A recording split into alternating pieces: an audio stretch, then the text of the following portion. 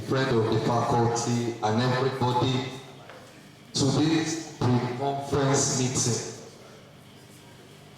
We'll be starting with the national anthem, and I think that all of us, we have the order of events. No? Okay, don't worry, just watch the projection. So please, let us rise up for the national anthem and the school anthem.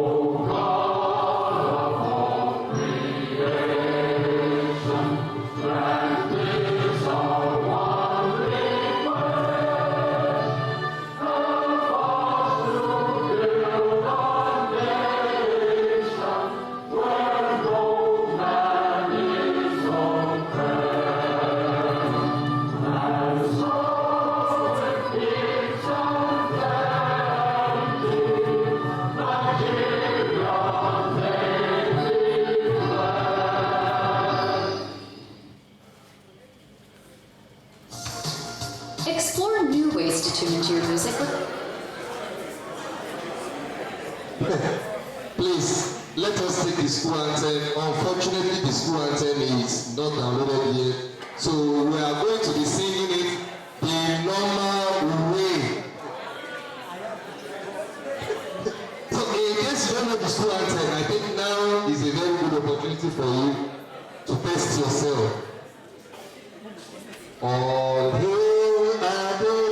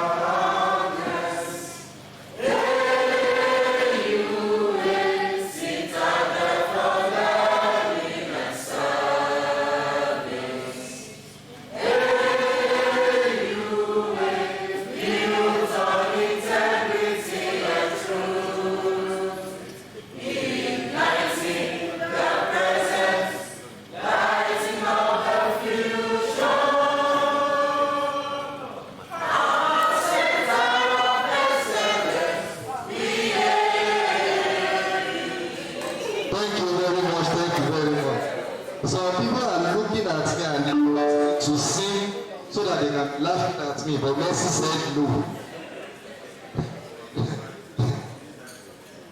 You will never catch it. So the next item on the agenda, I want to use this opportunity to invite some of our special guests to the high table. So please, if you hear your name, please join us on the high table. The first person on the list is the dean of the faculty, but I'll be calling him later. He's currently not on stage. The second person is the dean of computing, whereby we find the information science, ethical this, ethical that, Professor, yes sir, Professor O.S. Olatunji. You are very much welcome, sir.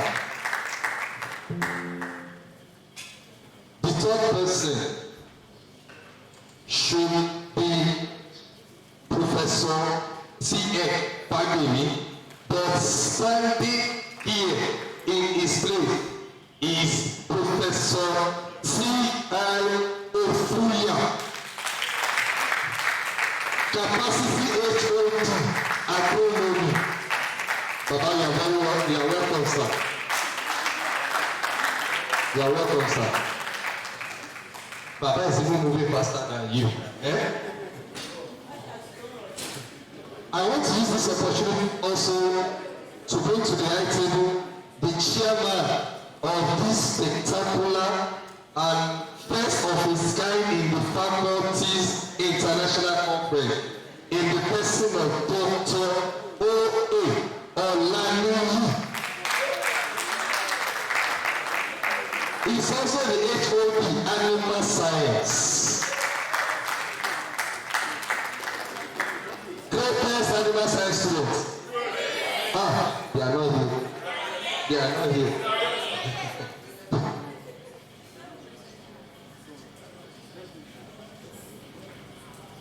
Okay, now we want to call the dean of the faculty.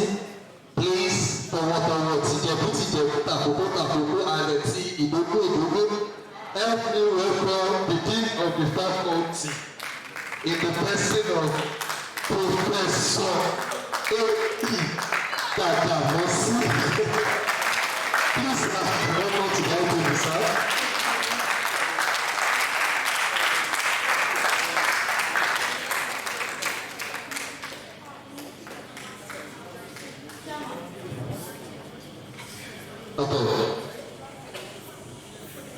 Okay, we have the four people at the high table. Now we want to use this opportunity to listen to the opening speech by the Dean. It's time for his welcoming address.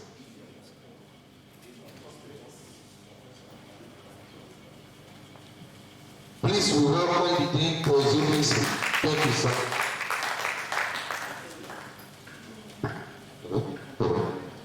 Good morning, everybody. I want to thank God because finally the conference has started. And the theme of this conference is harnessing precision agriculture for food security and sustainable development. Let me say that in a time like this, when life is changing right before our very eyes, there's need for us to also, change with the time. Not in a negative way, but in a positive way. And so, because today is not a day for speeches, and we will do that on Monday by God's grace. But I want every one of you, especially, let me start by saying that for our professors, the elderly professors, thank you for your support. And for all our staff members, the rep of the Dean of Social Sciences, thank you very much. The rep of the Dean of, please put your hands together. It's represented by Dr. P. Okay. Now, let me also acknowledge our students. Please put your hands together for yourself. That's very good. You know that at different fora told you that you are our asset. That's why you see that when it comes to your issues, we can go all the way, you know. And I'm glad to see you, you know, metamorphosize to what we desire you to be.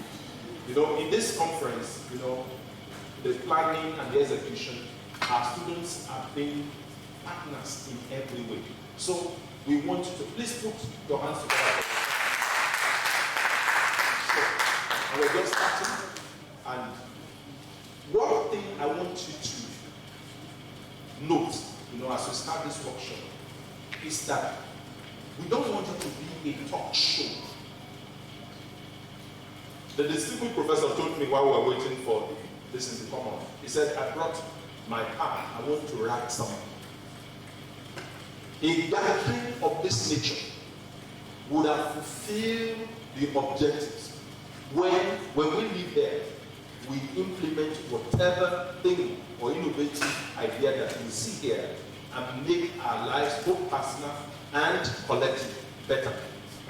You and I know that our nation, we can develop Nigeria, we can make the best of Nigeria, and we need a time like this to be able to cross-fertilize ideas and see what we can, you know, get from here. So I also want to use this opportunity to acknowledge distinguished Professor Dean of the Faculty of Computing, Professor Latuji, for, you know, accepting to be part of this workshop, and our online presenter who will also be there. I know that we will introduce them at the appropriate time. So I want to welcome all of us and pray that this conference, this workshop, the conference that will come, will be something that will benefit all of us, you know, maximally by God's grace. So on behalf of the Vice Chancellor, Professor Rubenga, you know, this cannot be here today because he can't be around here. So I want to welcome all of us and declare this workshop open. God bless you. Thank you so much, sir. Thank you so much. So, without wasting time, we want to listen or want to have a short message by the coordinator of the pre-conference subcommittee, Professor T.N. Pagemi, Media. Are we good to go? Okay.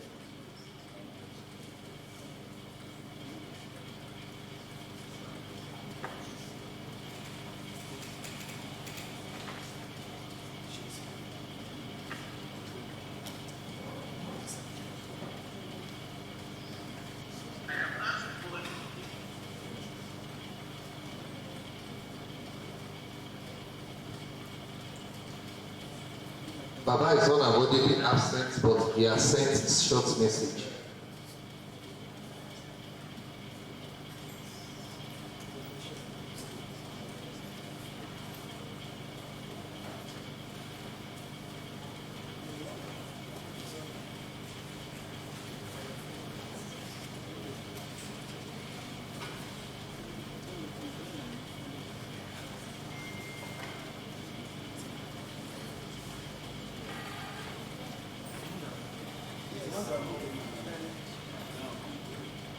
Okay, it says about network.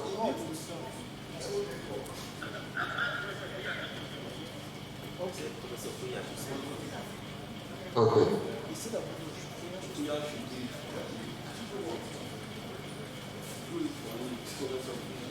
Okay. I think he said Professor Fia should do it for me.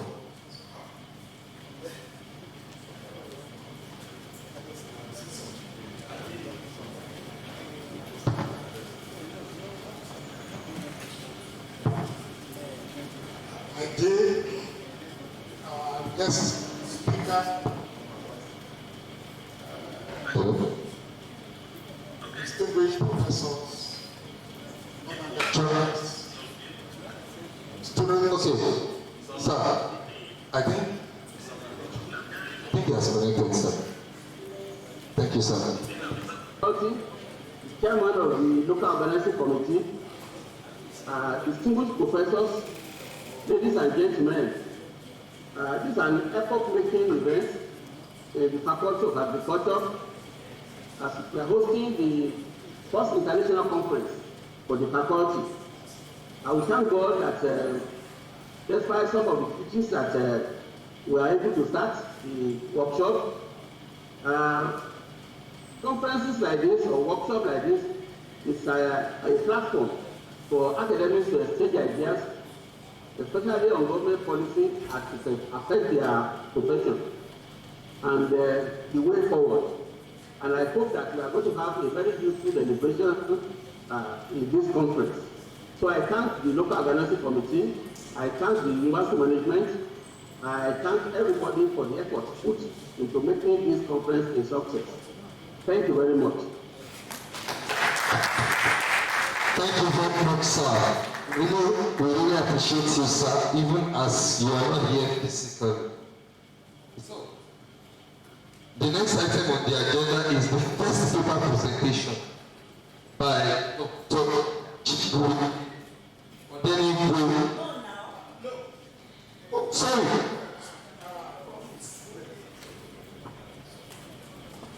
Oh, okay. The next item will be going to item 6, which is a paper presentation by the Dean, Faculty of Computing, Professor S.O. Olatunji. But before then, sir, we will be Dr. Ms. Olaniyo to read the citation. All protocols to be observed. May I want to request Professor Olatunji to stand as we go through a citation.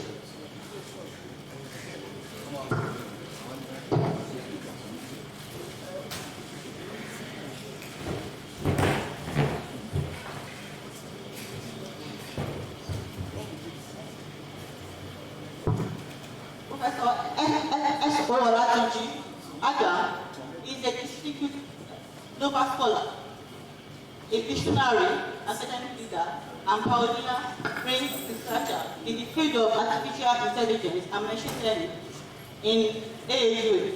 He was born on April 7, 1974 in Akoko, Ondo State, Nigeria. He has risen to international prominence as one of the most respected world scientists of his generation, blending deep theoretical insights with practical applications that impact multiple sectors of human endeavor. Professor Olatunji is currently the pioneering dean of the Faculty of Computing at Adekunle Adashi University at Akoko, Nigeria, where he has been instrumental in laying the foundation for cutting-edge research, teaching, and curriculum development in computing disciplines. Prior to this appointment, he served for over a decade as a professor of artificial intelligence and machine learning at Imam Abdurrahman bin University in Saudi Arabia, where he held several influential positions, including head of the AI and Data Science Research Group and chairman of the curriculum unit of the AI department. He has also lectured and conducted research in prestigious institutions in Malaysia, Saudi Arabia, and Nigeria, contributing significantly to founded projects for global industrial leaders such as Saudi Aramco.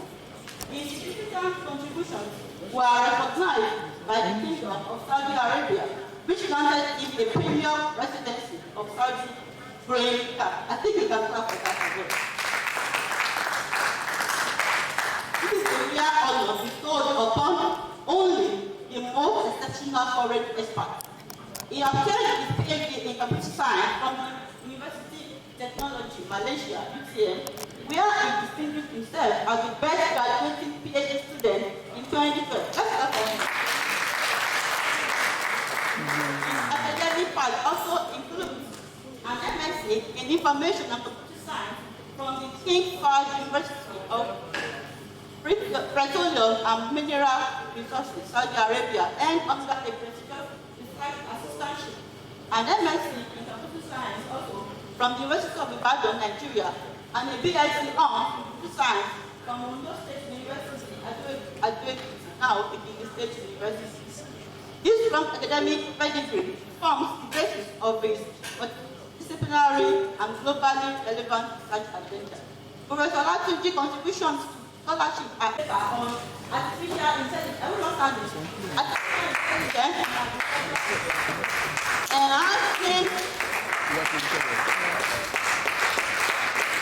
enhancing productivity and sustainability. Thank you.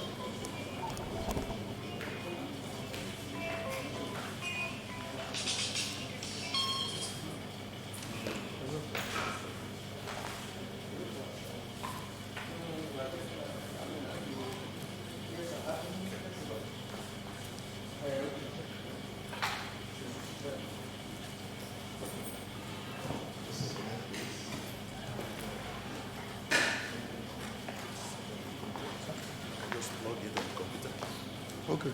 Plug it in. I can control it.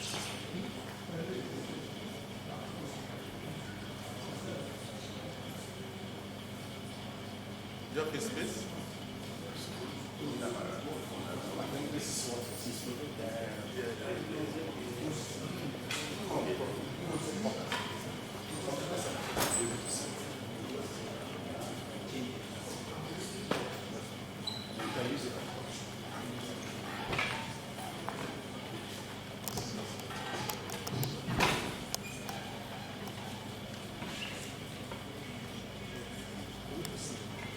Good morning, everybody.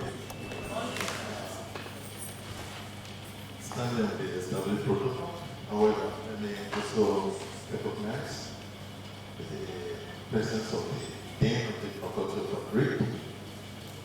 Appreciate the wonderful work that is going on in the faculty.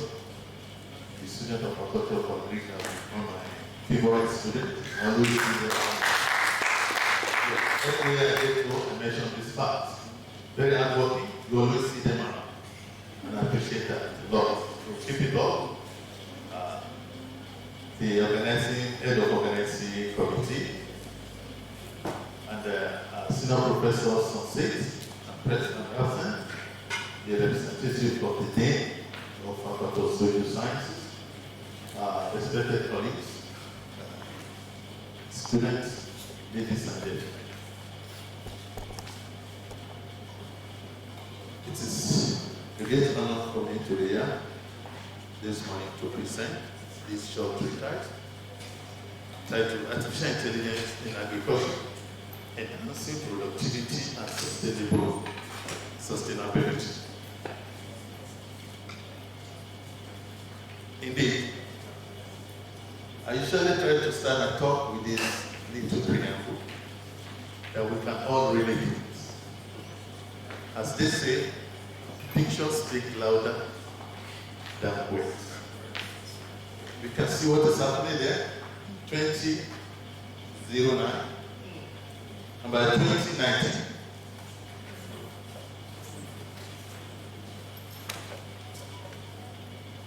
it's subject to several interpretations, several and different interpretations. The man you see there has a lot of opportunity. Some people will see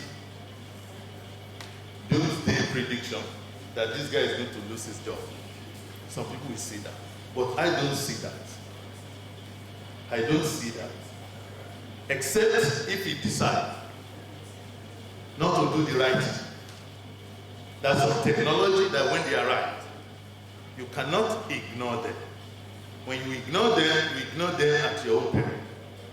If you decide to say, I'm okay with this mode of, this is aerial photography, to cover a bed. You have to rent an helicopter to fly around. There's a risk this guy he may fall down and fall another person downstairs.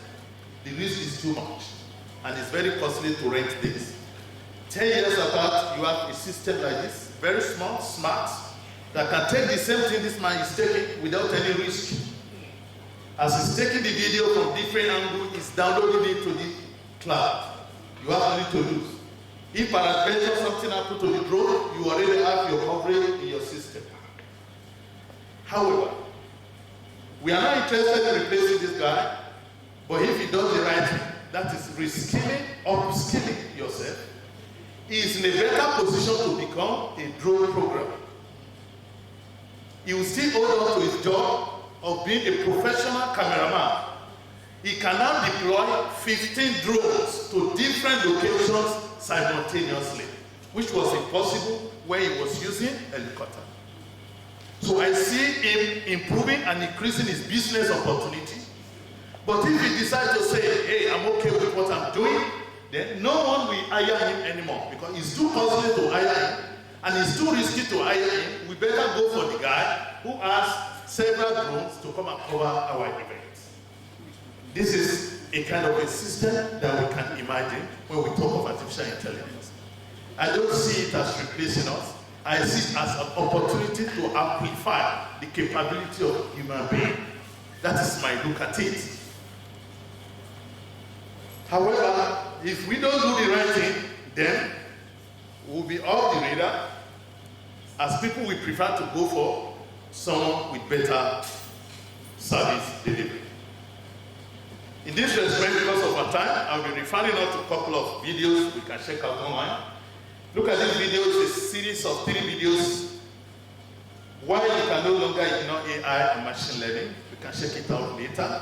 It has a lot of documentation, real-life videos I developed on what you need to know, why you can no longer ignore it. AI is not coming, especially from my own perspective, it's not coming to replace us. It's coming to amplify our capacity, our capability, as I've just mentioned. So when you talk of artificial intelligence, it is a system that mimics the intelligence or behavioral pattern of humans or any other living entity. That is why you can have, it's not only human being, you can have an agent, an AI agent that behaves like an animal, like a dog, that detects a security guard just like a dog would do. So it's not limited to human intelligence, we also even mimic the intelligence of every other living entity that has intelligence. Why under here you have the machine learning? Machine learning is a subfield of AI. Artificial intelligence is the big boss. Under here we have natural language processing. Under that we have the knowledge-based system. We also have several others. However, this machine learning is one of the latest subfields of AI. However, it came with unique capability that other AI fields are not endowed with.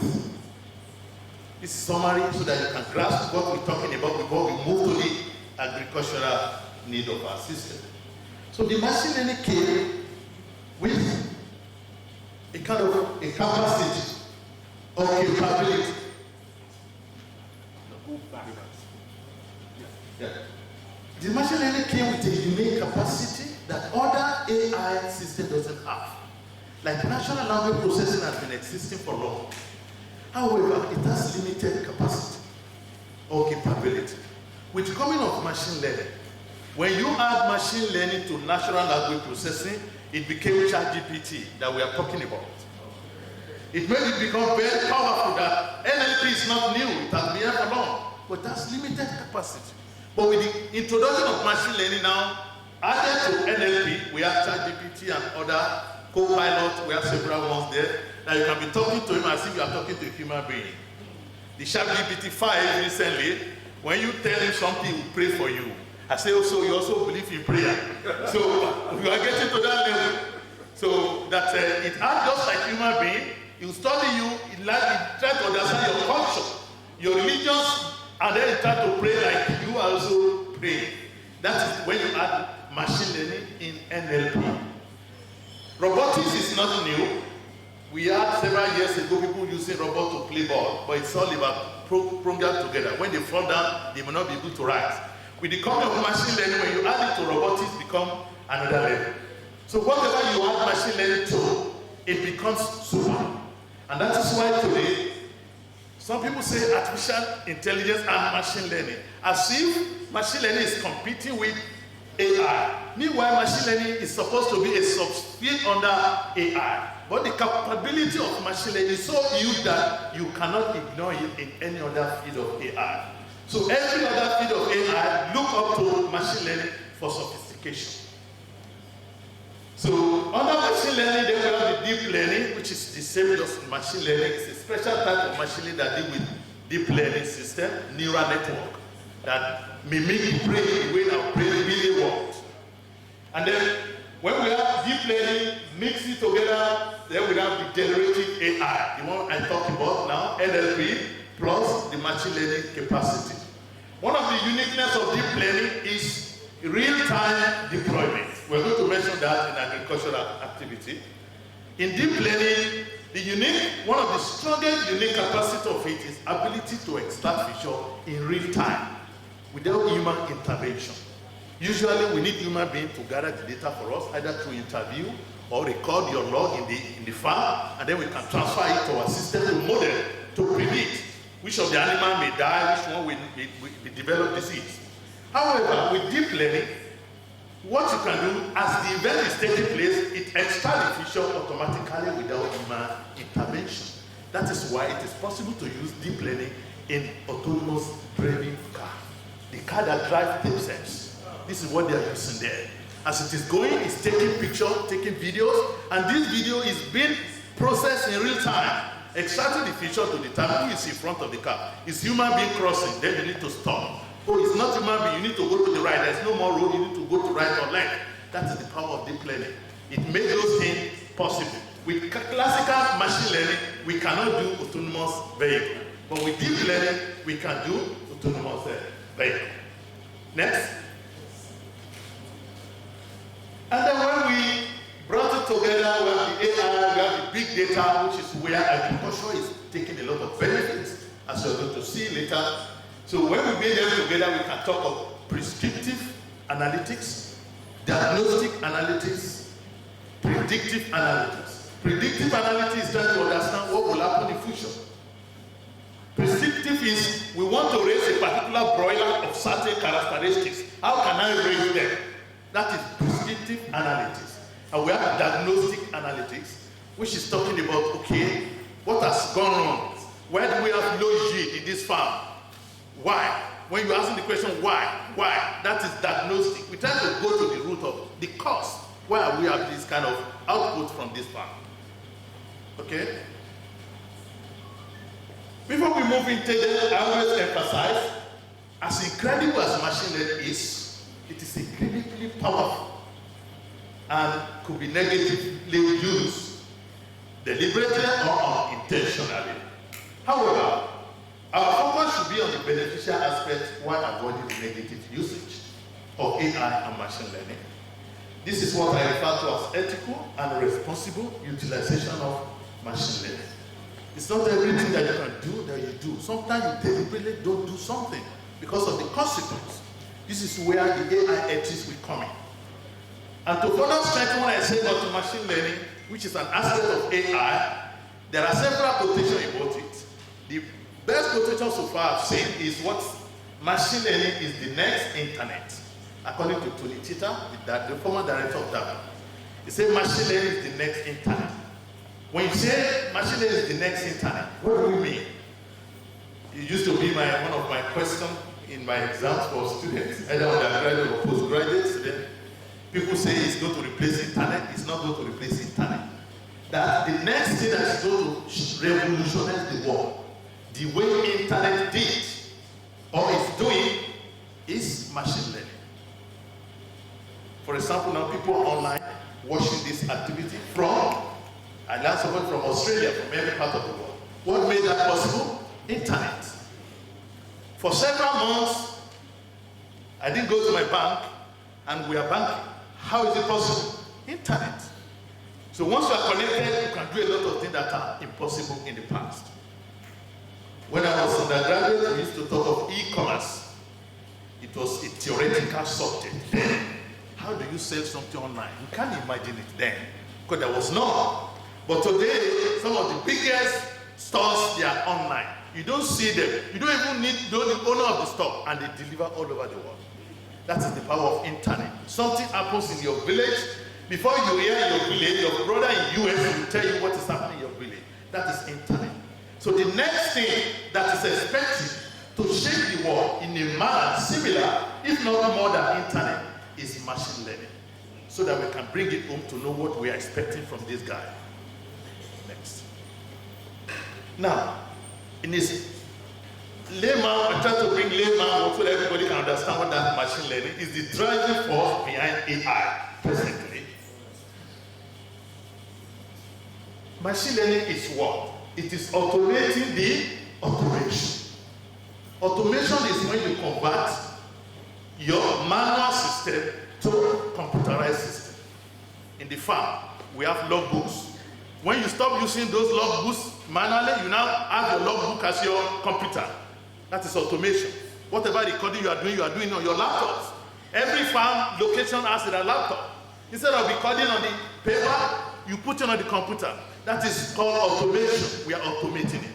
Now, machine learning is trying to automate the automation. To automate it, somebody needs to write the program. You have to give contract to programmers. And it's very challenging. Sometimes it takes time for programmers to write the program. Sometimes they put error. By mistake or deliberately, one of the greatest fraud in history was somebody programmed a bank and was removing a certain percentage from everybody's savings or withdrawal and putting in a special account. $0.000. No one complained of any loss of money because it's so minute. After a few years, it became huge. So human beings sometimes can deliberately falsify program. We call it garbage in, garbage out. If there's a mistake in your programming, you have problem in the output. This is one of the reasons why people are looking for alternative. Can we continue to depend on this kind of human being for programming? Another thing is, to program is not easy. We call something software crisis. That was the fact that the rate at which hardware is developing is far, far faster than software. In a single year, we had i3, i5, i7, the same year. But it took Microsoft, for example, some years to produce Vista. And after launching Vista, they noticed a lot of bugs in that Vista. The bug is so huge that they asked anybody that purchased Vista should migrate to new window for free. That is the challenge of software. It's not easy to develop. We can't think that how can we do it automatically? How can we make a computer to develop a software for itself? That has been the problem computing people were facing until we got across to machine learning. So getting computers to program themselves, the bottleneck is writing software. How do we write the program that will write another program?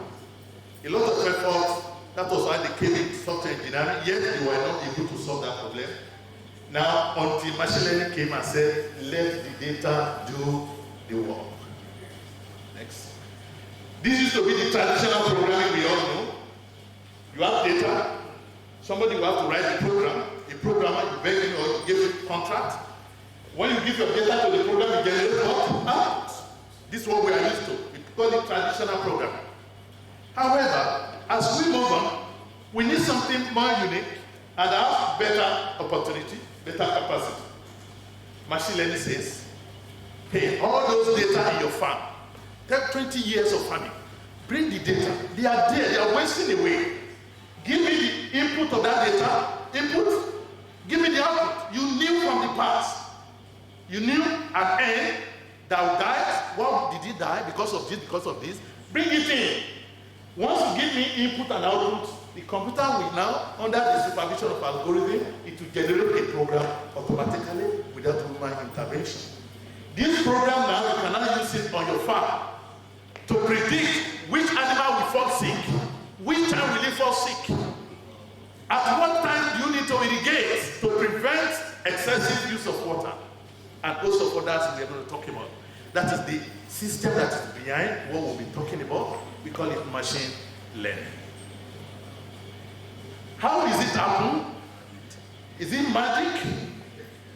No, it is like gardening, and I'm happy we are in agricultural conference. It's not magic. You just give me inputs and the outputs, and then I give you program. How does it happen? It is easier. When you want to plant your seed, that seed is the algorithm. There's an algorithm that will guide the system to understand the data. If you have a wrong seed, it may not germinate.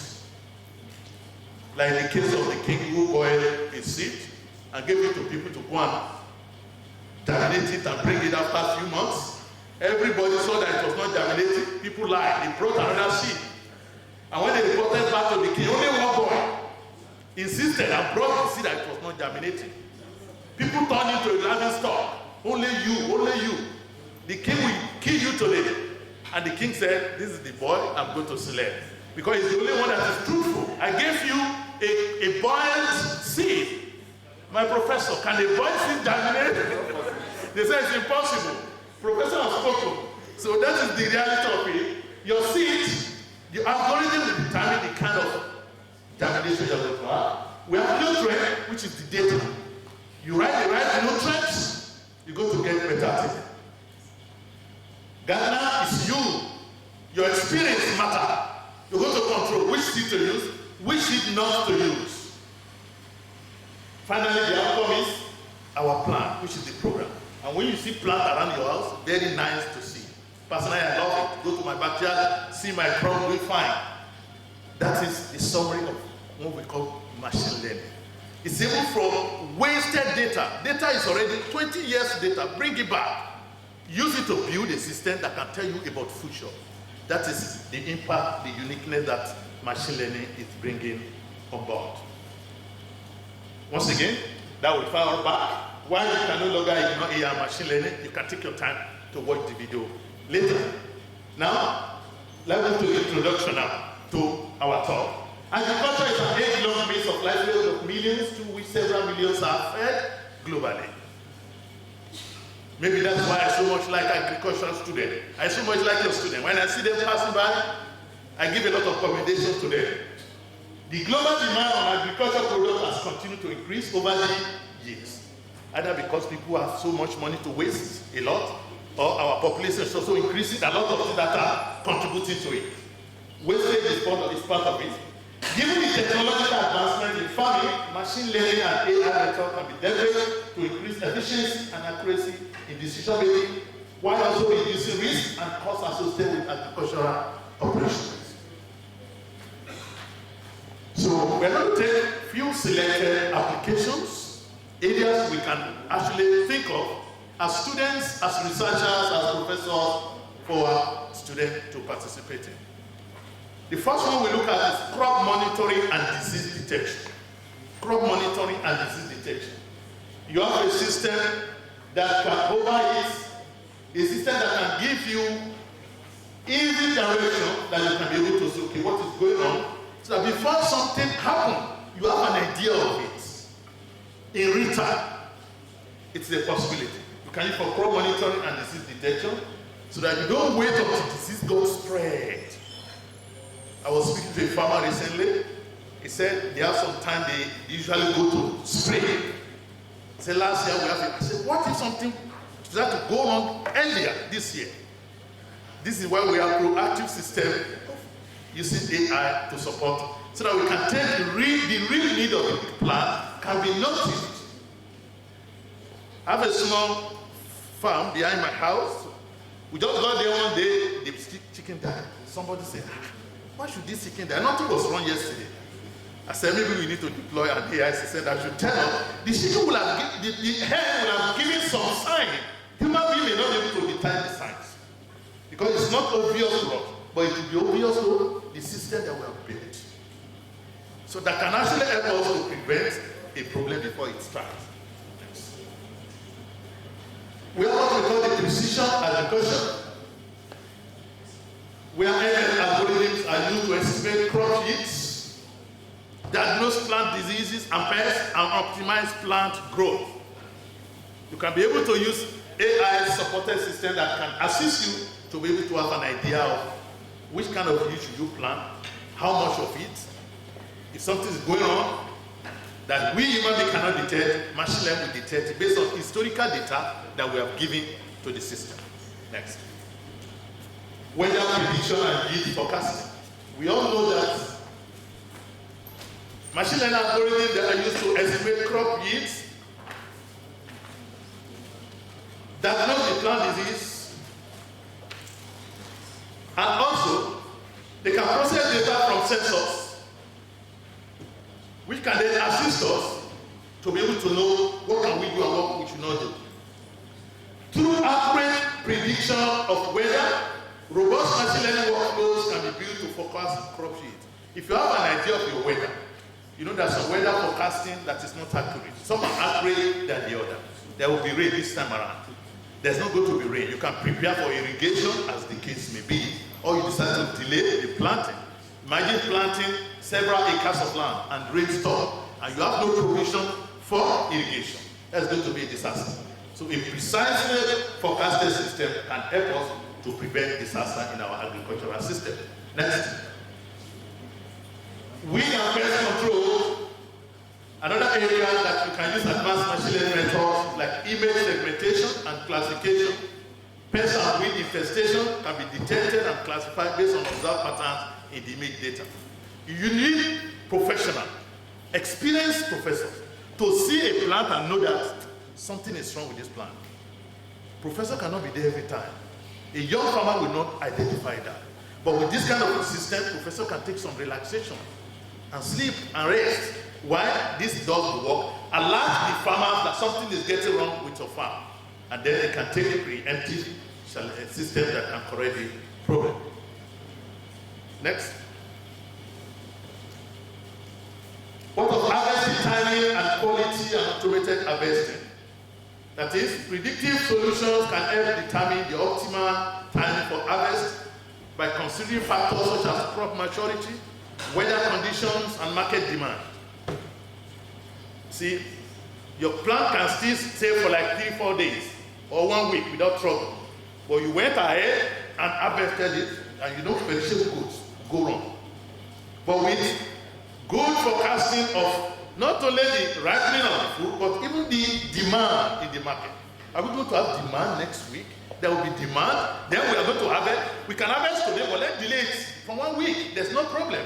So that we can meet the demand as it is covered. This is made possible by the use of machine learning and AI. This will ensure that crops are harvested at peak quality and market value. So it's a win-win situation for everybody. We also have the crop recommendation systems. So we have technology which is based on recommendation system that helps the farmer to increase the crop yields. So by recommending a suitable crop for their land with the help of geographic and climate parameters. We have soil quality analysis that has been done.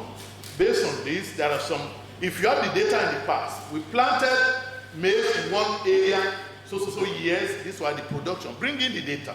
Let the system, the capacity, the uniqueness of AI is it's able to process billions of information within a microsecond. Human being can do it, but we don't have that particular capacity to extend over yield.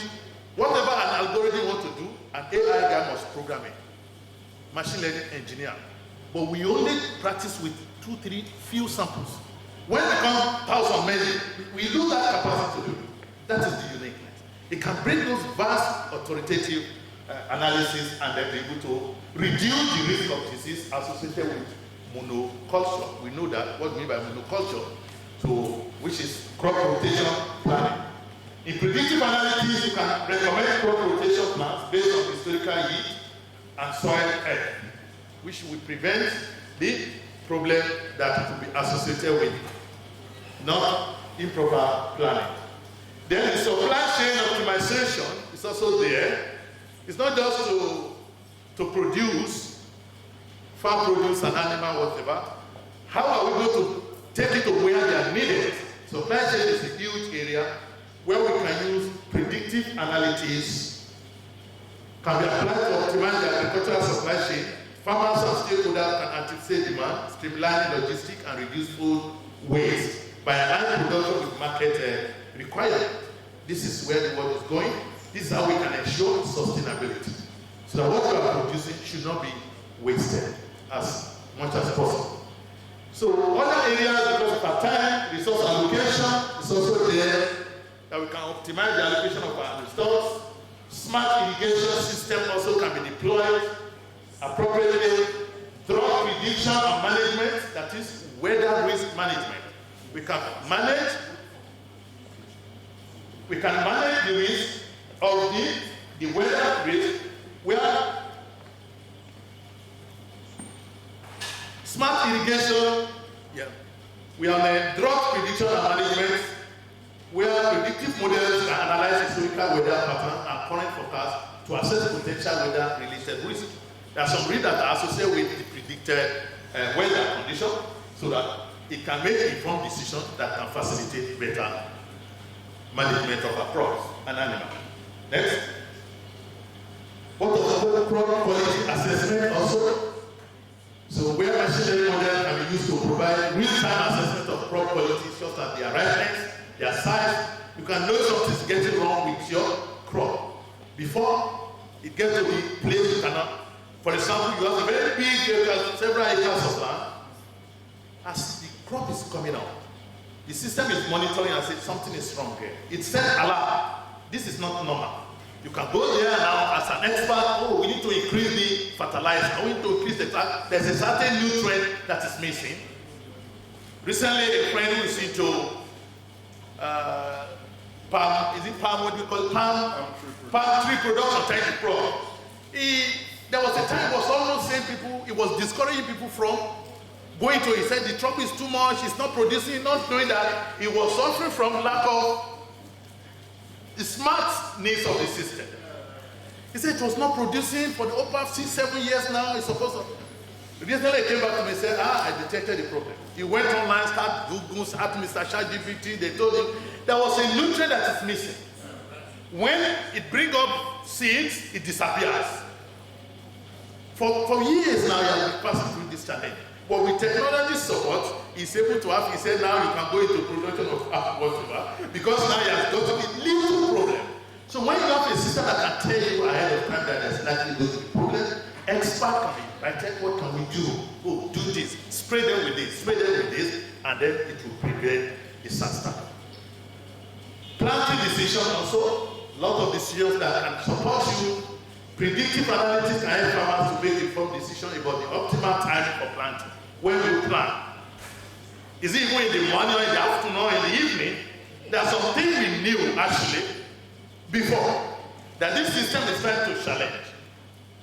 For example, in oil and gas drilling operation, there were 3 parameters that this engineer was used to. 3 parameters. With these parameters, we were able to do the best. They removed some other parameters, this is not quick.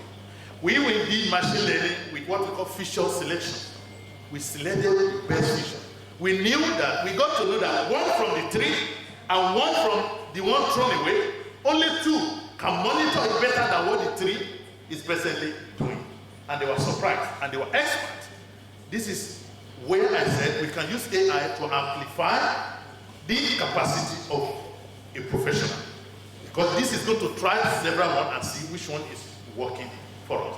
So planting decision, we can optimize it. It depends. The planting you have in a farm, far away from here, is not what you're going to use in Aaua area.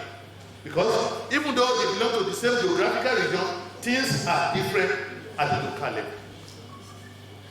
So, climate smart agriculture, which is called climate resilience, whereby climate resilience allows us to anticipate what will happen to climate, so such as extreme weather, pattern and sea level rise.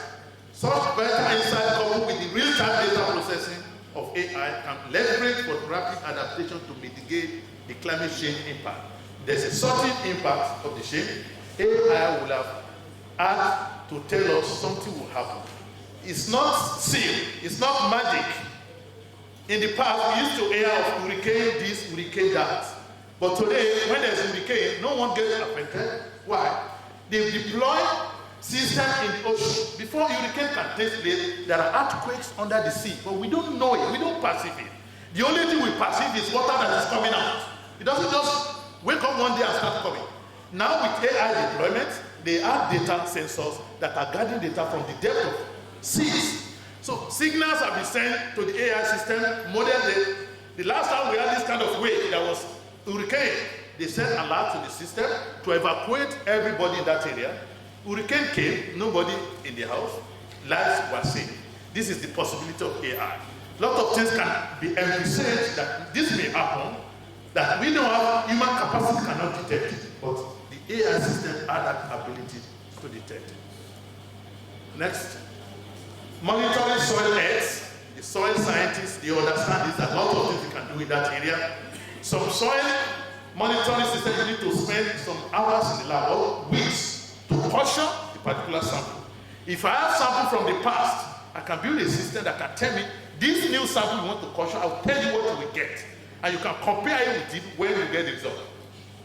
It has gotten to that level that the past data can be used to estimate the present one. You just go to confirm what this man is saying. By the time you test them, and they are all the same with what I've already investigated, you say, continue to use it.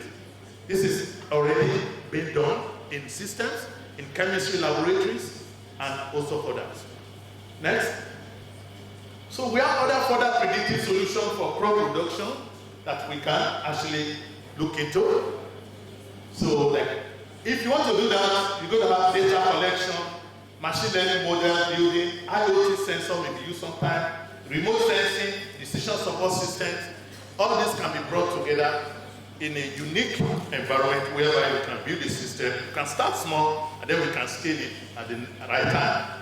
Let's go quickly fast over the next one. On animal production, we'll give you examples because of our time. Overview of AI in animal production.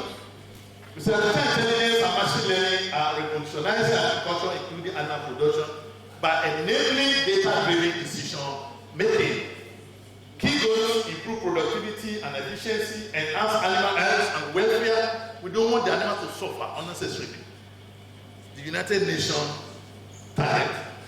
Reduce environmental impact also. Just because you want to produce more, it doesn't mean you should destroy our environment. So you want to produce more and still maintain the environment. That is the actual sustainability. Enable sustainable livestock management. And also things we put in place that we look into at the, hopefully the appropriate time. Next. Okay, look for example. I want to talk about this a little because of our time, then we'll skip on that. Precision livestock farming. Here we are talking of AI machine learning support real-time monitoring of livestock using IoT sensor, cameras, and wearable tech. The first one is automated weight tracking using 3D cameras. When I made a presentation not long ago, I mentioned several things that can be used to track animals and the like. That professor of agri said, I can relate with all the applications you mentioned. How can you use 3D cameras to measure weight? How does a camera relate to weight? And I said, that is the power of machine learning. What we thought would be impossible, it's easily make it possible. What you don't need to do is take a camera, 3D camera of animals you know their weight before. Known weight. Bring them in the past. Old data.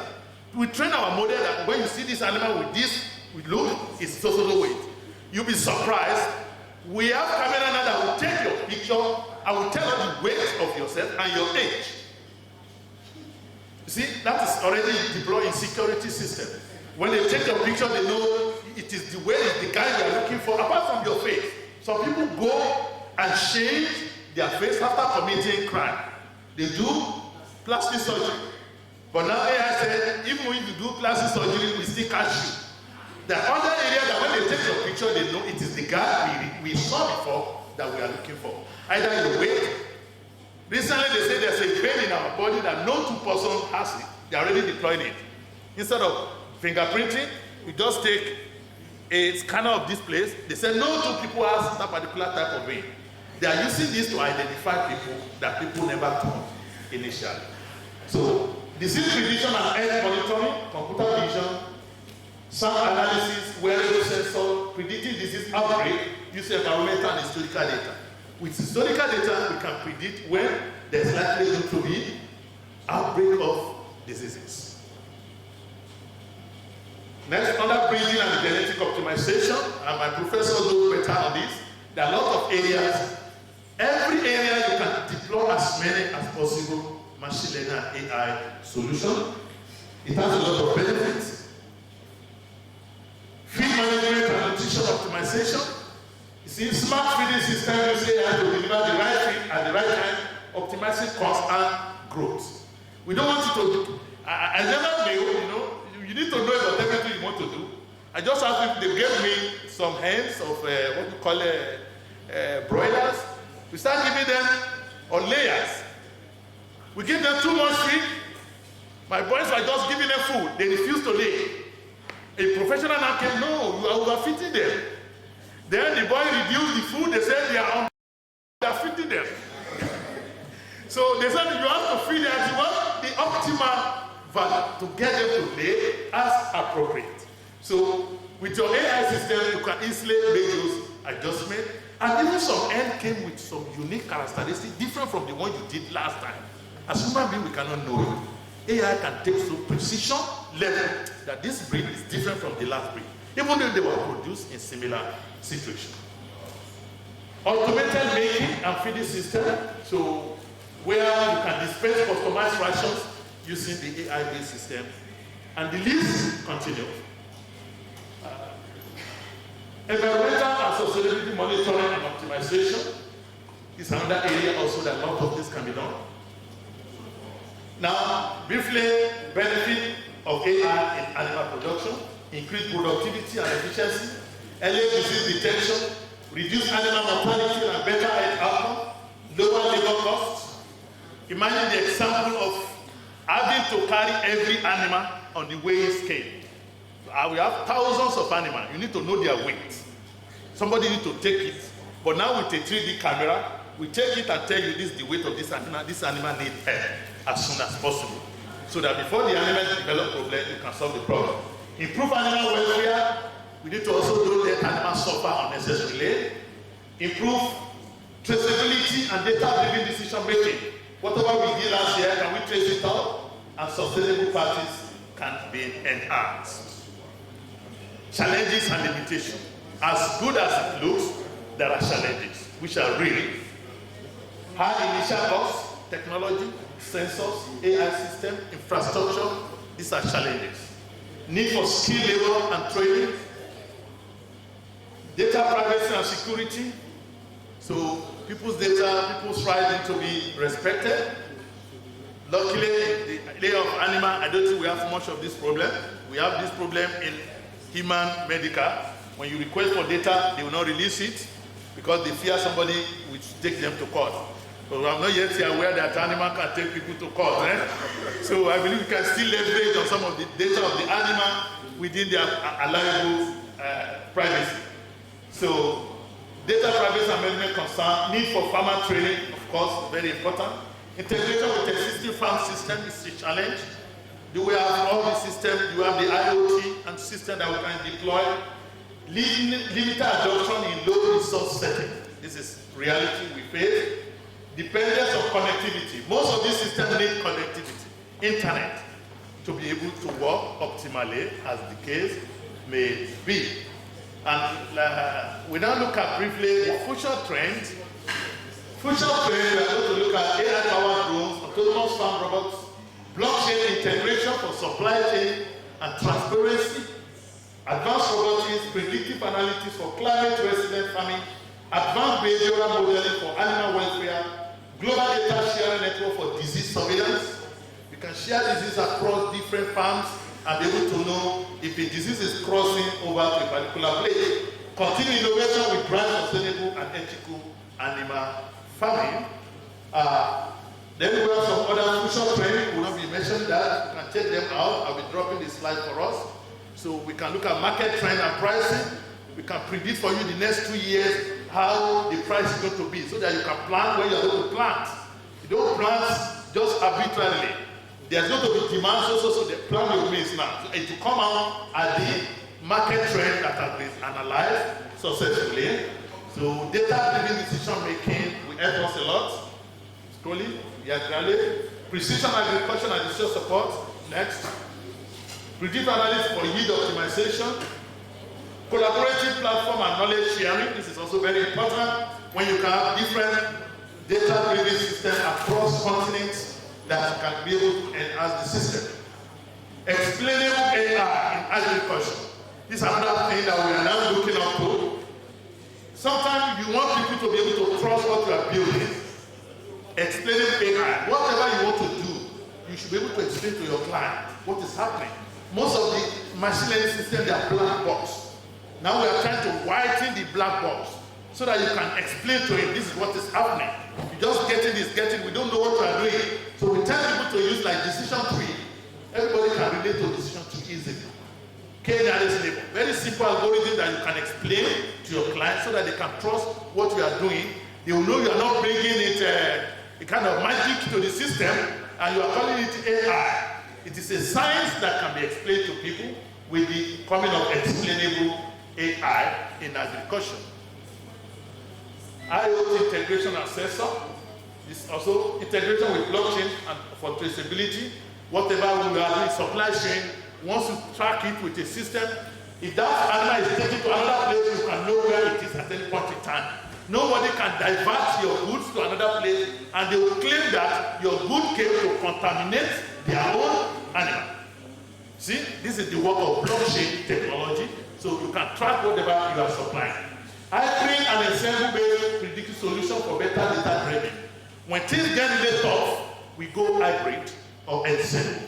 This is when you build several models and merge them together to one. The power of togetherness. In togetherness, we are stronger than individual. That's another future trend we are looking at, as the case may be. And let's see that slide. The power of synergy of AI in agriculture, a summary. We want to enhance productivity and sustainability, which is part of the topic we are delivering today. Let's look at it together briefly. We have AI application, we have productivity gain, sustainability gain. They are not mutually exclusive. You can get the two together when you use AI. Normal system may not be able to achieve that. Precision fertilization, high yield, lower loss. It prevents fertilizer runoff. Smart irrigation, we have optimal crop growth. It conserves fresh water. Because you don't use excess, you use what you need at the appropriate time. Targeted pest control. Saves crop from loss and protect ecosystem health. Predictive analytics reduces waste and also lowers the carbon footprint. A lot of things we thought we needed before, we actually don't need them if we use AI to guide our decisions. It said AI enables us to produce more from less. This is exactly what this system is telling us. AI will enable us to produce more from less. And I believe that is a very good conclusion for us, that the future of crop animal production is poised for significant transformation through the continued integration of machine learning. As agriculture embraces the digital era, the earlier discussed key points summarize the trend and advancement expected in the realm of machine learning-driven decision making. And AI are revolutionizing animal production by making farming smarter, more efficient, and sustainable. While challenges exist, ongoing advancement promise even greater benefit in their future. In essence, the future of machine learning in crop and animal production is marked by a holistic approach where technological advancement converge to create a sustainable, efficient, and resilient agricultural ecosystem. So the ongoing collaboration between technology developers, farmers, and stakeholders will play a crucial role in realizing this transformative trend and ensuring a greater future for global agriculture. This is what I believe all of us can do together. We can collaborate, we can relate together. Learning is very important. In this respect, we have the opportunity For the past 6 years so, we've been having this training, machine learning for all, AI for all. Every Saturday, 7:30 to 8:30 we have free AI classes. For the past 6 years, I do it on Zoom. It's my own little community service that people can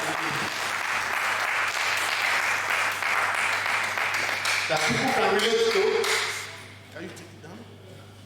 Yeah.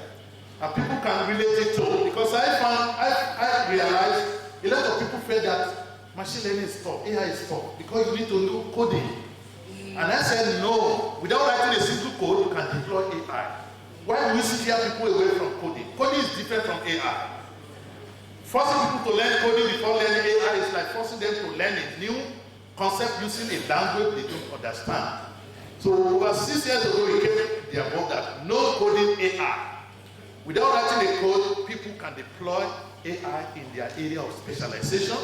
And 2 years ago, Stanford and MIT started advertising for no coding AI. That is the way to encourage people to learn AI. We started over 6 years ago, and a lot of people have benefited from it. So we all invited people to share with students, colleagues, so that together we can benefit ourselves from this technology that I say we can no longer ignore it if we have to be in line with what the system is doing. Thank you very much.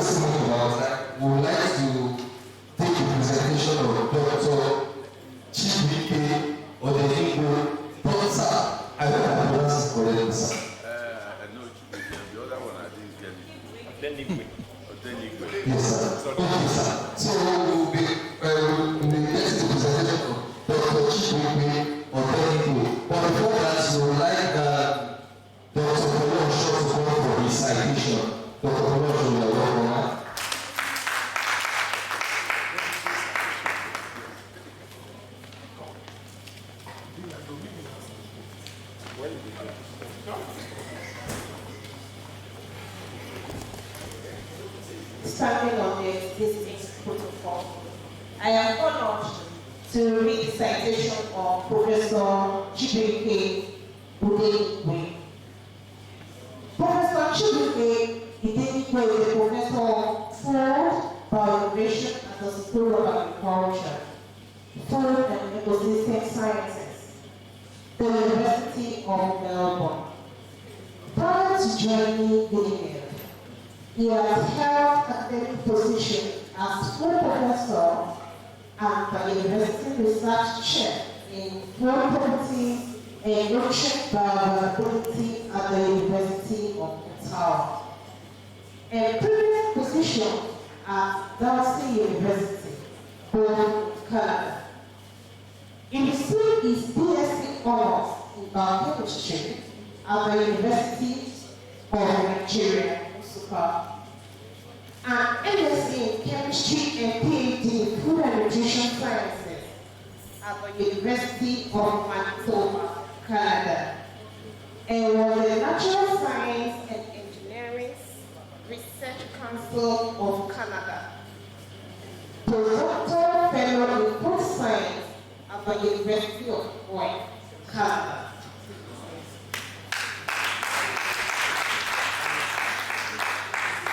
His research in food function and health takes the chemical sciences approach in exploring various fundamental and applied aspects of proteins, including sustainable processing and production systems, biotic peptides, food matrix interaction, digestive kinetics, bioaccessibility and bioavailability, blood systems for delivery function, novel materials, and nutritional quality. His research goal is to transform sustainable protein into value-added products that foster a healthy society and create bio-based solutions to food system challenges. Professor Igwe was elected as a fellow of the Royal Society of Chemistry 2023, fellow of the African Academy of Sciences in 2023, and fellow of the Agricultural and Food Chemistry National American Chemical Society in 2024. He is also a recipient of several international awards, including AGFD ACS Young Scientist Award 2018, the American Oil Chemists Society Young Scientist Research Award 2018, and the International Union of Food Science and Technology Young Scientist Award 2012. He is the editor of Food Proteins and Peptides, a Natural Biofunction, Food and Biomaterial Application 2021, and co-editor of Bioavailability of Nutraceuticals and Bioactive Compounds 2025. He serves on ASCS Governing Board and on the editorial board of ACS Food Science and Technology, Journal of Functional Foods and Food Hydrocolloids for Health. As he delivers his lecture on the future of plant-based protein in nutrition and health, with his standing ovation, I want us to welcome Prof. Igwe as he delivers his lecture. Thank you very much.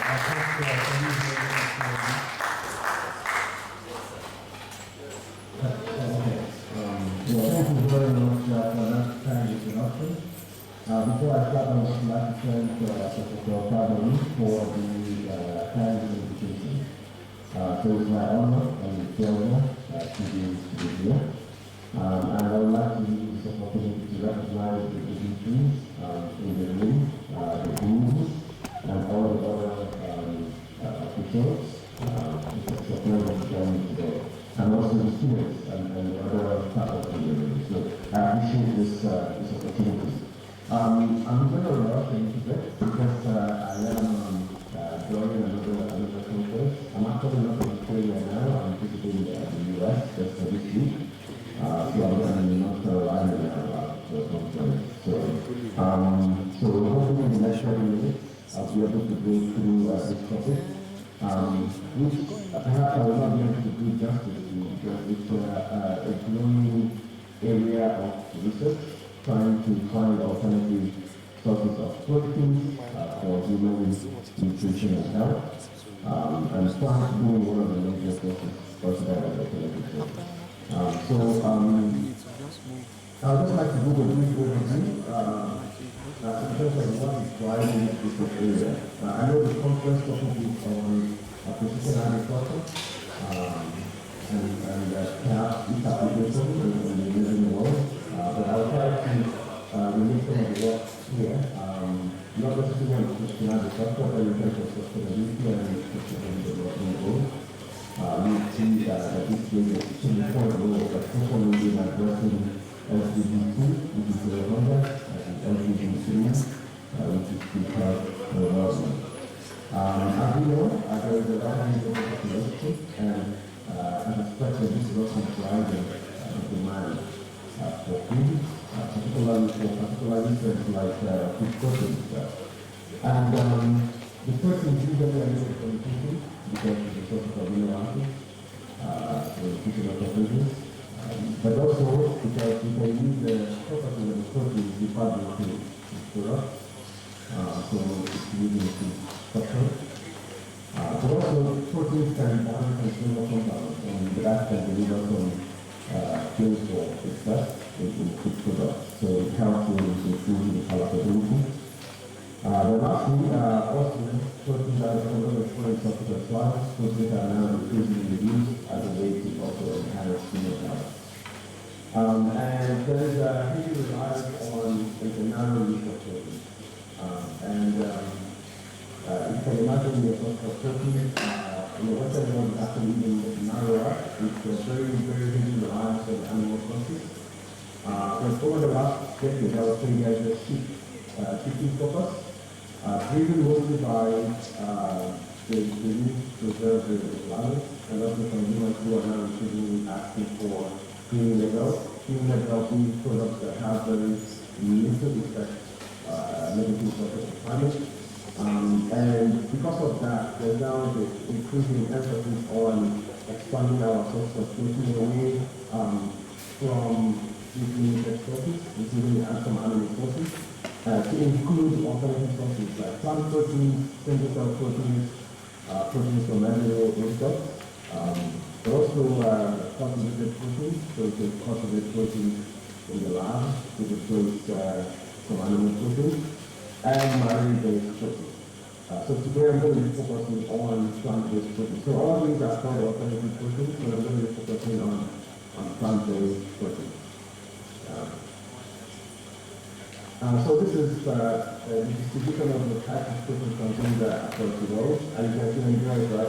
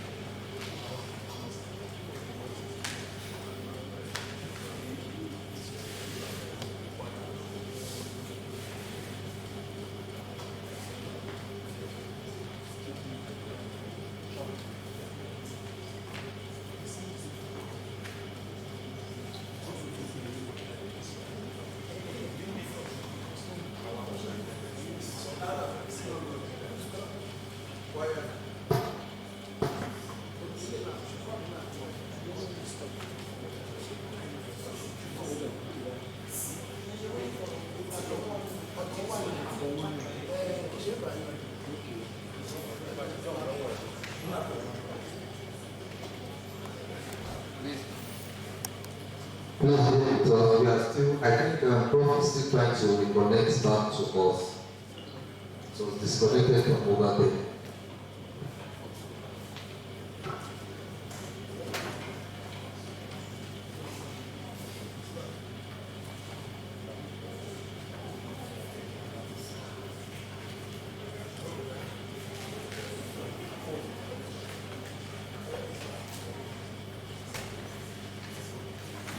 Hello.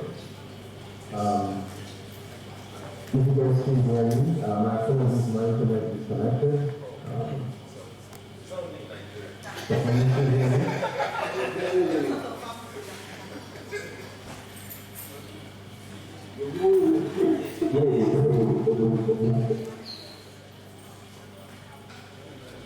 Okay, thank you. I will share my screen internet for the rest of the talk.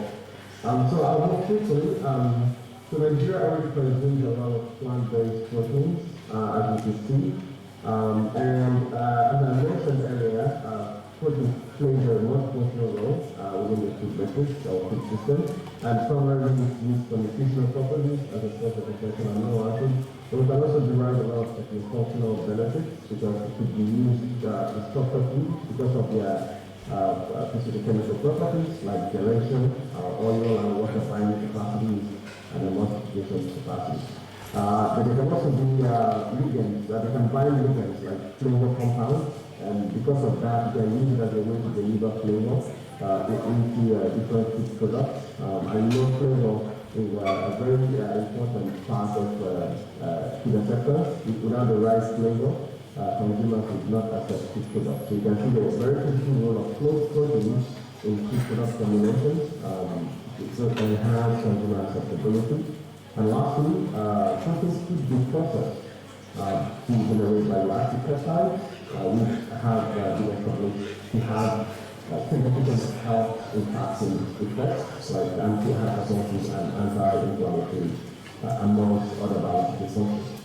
In my research program, I've used this chart to illustrate how we work on sustainable proteins, mostly in value addition, to use the knowledge of structural functions of produce to generate value-added products that could help in fostering a healthy society.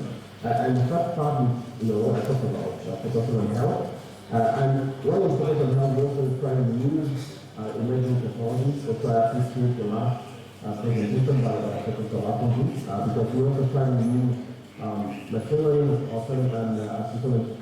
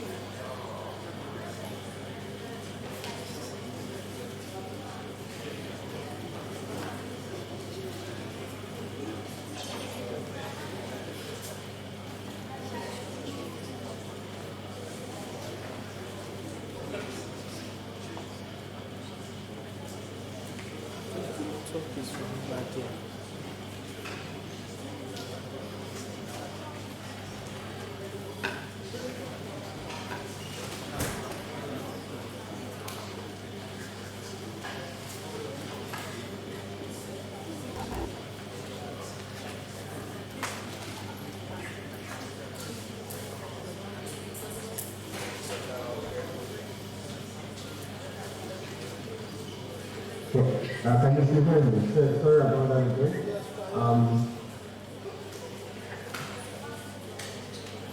I think I'm connected. So I lost the internet again. So I'll go right into some examples in the interest of time, but also because my internet is not very steady. So if you look at what sustainable development goals, I've highlighted a few of the points where our research actually 26 nicely and is looking at LGB 2 and 3 because for LGB 2 we're trying to use the knowledge of the protein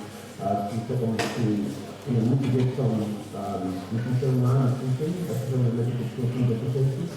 Also, as a way to diversify different food options, if you understand the structure and function and nutritional properties of the protein. And I talk about how we also use it for health promotion. But if you look under to see that sometimes you also apply the knowledge of the protein to valorize some waste products or byproducts of agricultural processes, thereby contributing to LPG food, such as limiting the recycled fiber, but also increasing responsible consumption and production of LPG crops. Why do we isolate protein? Some people will ask, when we consume different products that are already protein in them, that's what we call the impact food method. And then, on the other hand, we isolate protein because we want to study proteins and we want to use it in different food applications. Now, somebody would ask, why don't we just consume the food method, the food protein, and not isolate them? There are many reasons, and one of the reasons that we do this is because we want to expand the use of these proteins in product development. We cannot use the whole food to formulate products, new types of products. For instance, if you want to make yogurt, or if you want to make protein drink, you will not use the whole material to formulate it. You have to isolate the protein. And because of that, you generate different products like the flour, protein concentrate, and the protein isolate, and that can be used in different applications because of the very technical properties. We also want to use this approach for creating anti-nutritional factors. These are compounds that are present within the food matrix that could affect the nutritional factors of humans. For instance, phytic acid could be used to mineral deficiencies because they bind metals like iron and zinc. These are very important micronutrients in our diet. So you bind them to food absorption and absorption, and then use the deficiencies. Also, processing to isolate the protein helps us to remove some of the factors like the protein inhibitors, lectins, compounds like phosphagen, and these are all negative effects on the food liquid that we put on by isolating protein. Also, we can use it to enhance the visibility because then the protein is removed from the liquid. It has improved bioavailability and the enzymes that digestive tract can then have a line and release the amino acids problem. And lastly, because the isolated protein is going to formulate a lot of specialized products because not everybody can digest food properly. For instance, infants cannot digest whole food. But if you isolate the protein and formulate products, you could make a variety of food options for infants, or people with compromised digestive system, or even the elderly, because as we grow older, our digestive system is limited in terms of its efficiency. So that when protein is not digested as it is in a healthy young adult compared to an older adult. So because of this, we want to isolate the protein and we need to use specialized products for these vulnerable demographics in society. So that was more into the chemistry, the processing chemistry, and the function of some examples of protein that we have to walk through. And you can see that when we start talking about the two metrics of processing, we can generate some positive and negative effects. So, two metrics and processing potential of the two protein quantity, depending on how you look at it. I'll give you one particular example here. One of the things done to proteins is one isolate them, you could use dry or wet processing methods to isolate them from the two metrics. And you can see for a minute, as an example, that in this chart, you can see that processing what comes to reduce the stability because as we are processing the proteins are coming from aggregates, and those aggregates are not as valuable to our digestion as much as the pure ones, and that lets decrease the stability. What if you cook it in the presence of the reducing agent, instead of reverse? So you can use this type of knowledge to determine the type of liquid to keep your food protein, the type of product to formulate, and the type of applications to utilize them to maximize it. And in our environment work, we have studied several papers showing that this food message interaction negatively influences protein digestibility. Using different knowledge is found in the food message, we have used polyphenols or supplements, as you can see in this example. But we also use other implemented Canada, and private different regions. And in this case, we found that their interaction two different mechanisms influence the distribution of these climate forces. So focusing on that first example, what we actually found is that when the polyphenols interact with the proteins, they create interactions you can see from the microscope to the extent. And these aggregates now increase the accessibility of these additional zones in a few industrial zones, and that reduces some segregation and that reduces ability to release the minerals that you can see as something else of the people and this is something that the community has a lot of implementation because amino acids are not strong. That means one that is actually more than the and somebody then asked what is the state of these undigested proteins. We use the different numbers. In this case, it's glycosylated proteins, and somebody has a lot of undigested fractions from this glycosylated protein. And when we treated them with the total condition of blood microbiota using we found that we actually have protein and molecular effect on the environment on one hand, the more you look at the profile of the microbiota, we found that we were sensitive in terms of metabolite generation and microorganisms. But on the other hand, we also found that it led to the release of a lot of hormones from the cells of the stomach that we talked about, and that we have this control related to the so the summary of this slide is that when we are able to look at the key notices the last we are taking environmental health, and then we test the needed health, so then we look at the condition of the patient. So what is very certain to get them to the on the other hand, focus can also be used in key capabilities. We have things that for example, where we use some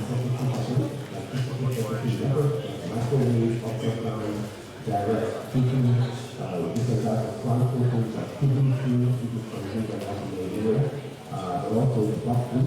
So we found that in all these studies, there's an increase in protein availability. But what we use biophysical methods like fermentation and evaluation, and these are all traditional indigenous systems of this processing because it is a lot of fermented foods. In African communities, also in Asia, Asian communities, and all of these countries, there is physical and biophysical methods to increase protein. So as you can see in the first slide before now, I talked about how matrix interact and that is the use of the two so here, if you have properties, the effective so combination of the different methods we use to variety of products you can customize, like choose any particular level of administration and adaptability you want in your product. So using the knowledge of the sector that we have, the sector is when you get it. So this is one example of the example provided to how biophysical can influence the student.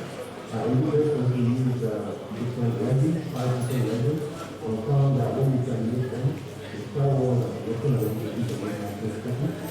The cell wall is broken, the resin that is disrupted, and the enzyme system is changed into these disrupted cell resistance to access the proteins that are different. And as you can see, the protein because of this the termination system has already used to endogenous enzyme to treat that growth to be making it very easier in the body to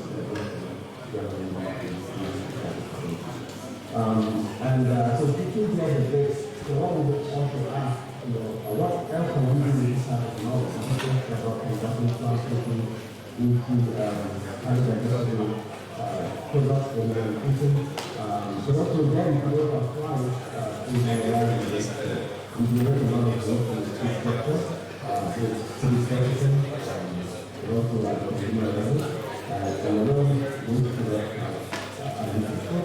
so we use same after the same level to varialize these bioproducts by extracting the proteins and moving it between them into the different And so I think this is a special opportunity and within the NGO. And I need us to capture all the opportunities that we could work on to be able to valorize these issues by others and to make things I want to the medium social as a talking about so that's something that we work on for everyone to do. And the idea behind it is that the company has a lot of people and from the travel to invite people to meet everyone or from the future of people that are really for life. We put that to be in some way to impact of the people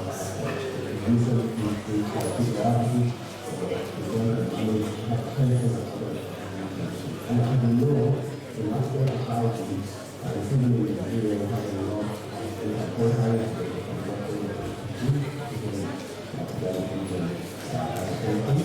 and this is really a way of the mind only and medicine to combat some of that by focusing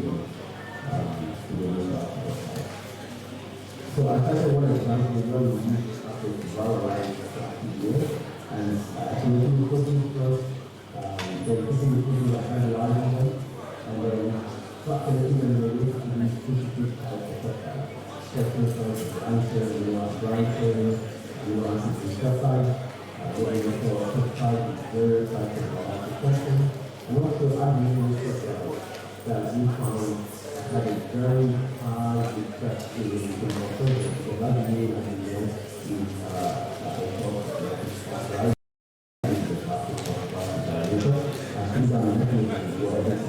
that we want faster than expected and then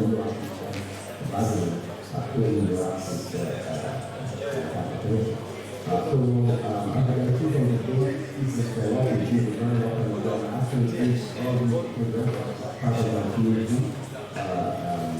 to create this in the land of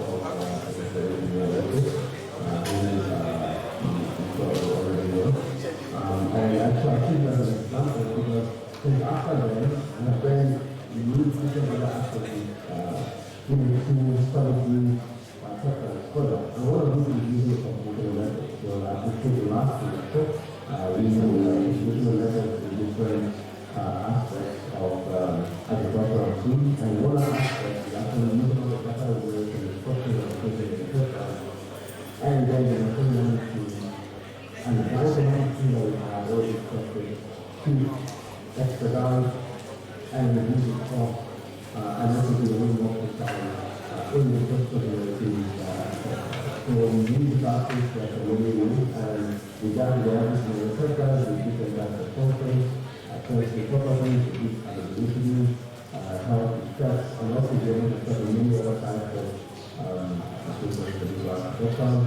And if you don't have more information about it, please let me know at the time. Then I'll be able to discuss further. And in addition to using the program for podcast adoption, we're working to transform them into something by the field. And one of them is the production of the field. So in this case, we use people to target the field that have very good to actually use it for packaging. And then if you continue to do a lot of packaging because of the fact that it's created in protein. So the original was used in wrong, and the chemical property is found very suitable for different applications. And if you look at the other graph, you see that the versatility compared to the protein itself is still compared to the protein because it's actually very similar. So that tells you that there is not a lot of effect of the fabrication process to the film on the protein that is doing. So that means you can actually consume the film, using the packaging in the other consumer, and be able to get the film process. So only that one process nature. We want to use this process to be able to learn more about talking about materials used in the region. Bioactive compounds, which is another delivery system. And because of the kind of structure of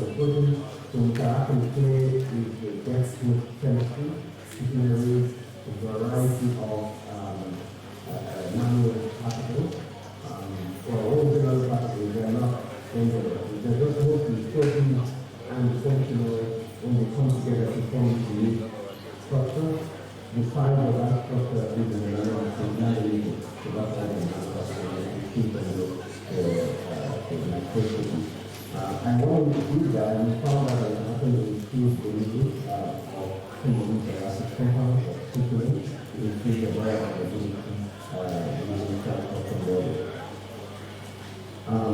for this area, there's a lot of things that actually people think. Supernates for emerging researchers, especially working with type of topic. What I have provided is just a glimpse of what is happening in the storage. But there are many other opportunities. So you look around you and see a variety of social issues.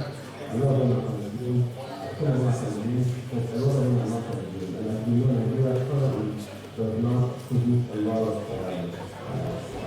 finished products for the global market. So what we do is we export a lot of raw materials, and these are fabricated abroad and brought back into the country and sold at a very premium cost. What we should do is to start using some of the existing knowledge, very specific knowledge, because there's a lot of information on valorization and the value addition and competition of products. Because if you can learn and experience a variety of low value specific products, and finally start to high quality finished products. So continue both within the company versus the market. That way you see the farmers and the farmers use to actually derive more energy if we use that processing sector for agricultural applications. And so on the more advanced level, we can also use materials in fabricating products through the enforced research and applications. So now I've actually worked in the process area, I just did the size. The first will be got a few years of because of our work and previous countries trying to use different materials, taking from the interaction complexes to fabricate image, the printing. And there's two different things happening good because in some cases people can learn by this too, so we can fabricate products in it. Some people is stage yet, and the other is information. So instead of doing them roughly, then we can grind this roughly and use it to use it and to fabricate a lot of things like this. And to have that experience and digest the process because of the system. You can also optimize different recipes that we use like I discovered a lot of recipes. So you can optimize them so you can satisfy the application for different applications. And then because now you have a variety of options and different products. Now people are talking about plant-based meat, plant-based egg, plant-based cheese, and milk. They are not all relevant. Depending on the type of work you do, it's a tricky food, it's a tricky egg. So the plant-based offers opportunities that we cannot do. For instance, because of the religious purposes, we cannot do, but because of personal products, because we want to conserve the environment, we want to do things like that. So that is why every opportunity are created. So the intention is not very important for long to fabricate this product. In fact, as I just come here, like I mentioned, because I was invited by the Peace Institute, which is one of the major non-profit organizations in the world, that really the plant-based agenda. So we're coming around presenting our applications to the foundation. So this is an ongoing discussion trying to future plant-based meat and plant-based localities in terms of the texture, the stability, the feel that the application is really. So trying to manage it as closely as possible. As I mentioned earlier, I work with people in Nigeria and other African countries, and the idea of this collaboration is for us to use local resources to replicate some of the applications.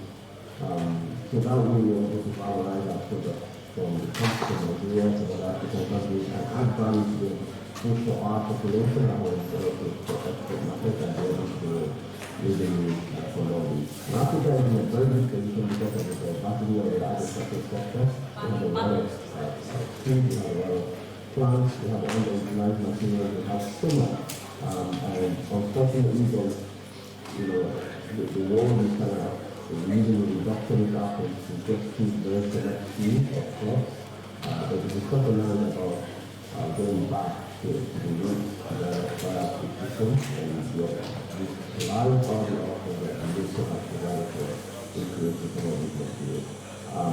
So I would like to thank my friends over the last 13 years since I started my independent program. And I started from the University of the country. I moved around. I'm actually new to Australia. I moved here 4 months ago. Before now, I spent 20 years in Canada. And my last job was a professor at the University of Aaua in Canada. So I also asked my students and postdocs and digital scholars, as you can see. There's so many of them, about 140 of them now over this last 13 years, and they've come from 36 different countries. Obviously, Nigeria is very well represented as well in science over this year. So thank you very much for listening, and I'll be happy to take your questions if you have time, but otherwise please reach out on LinkedIn, even this last day, and connect, and you'll be able to engage further after the session.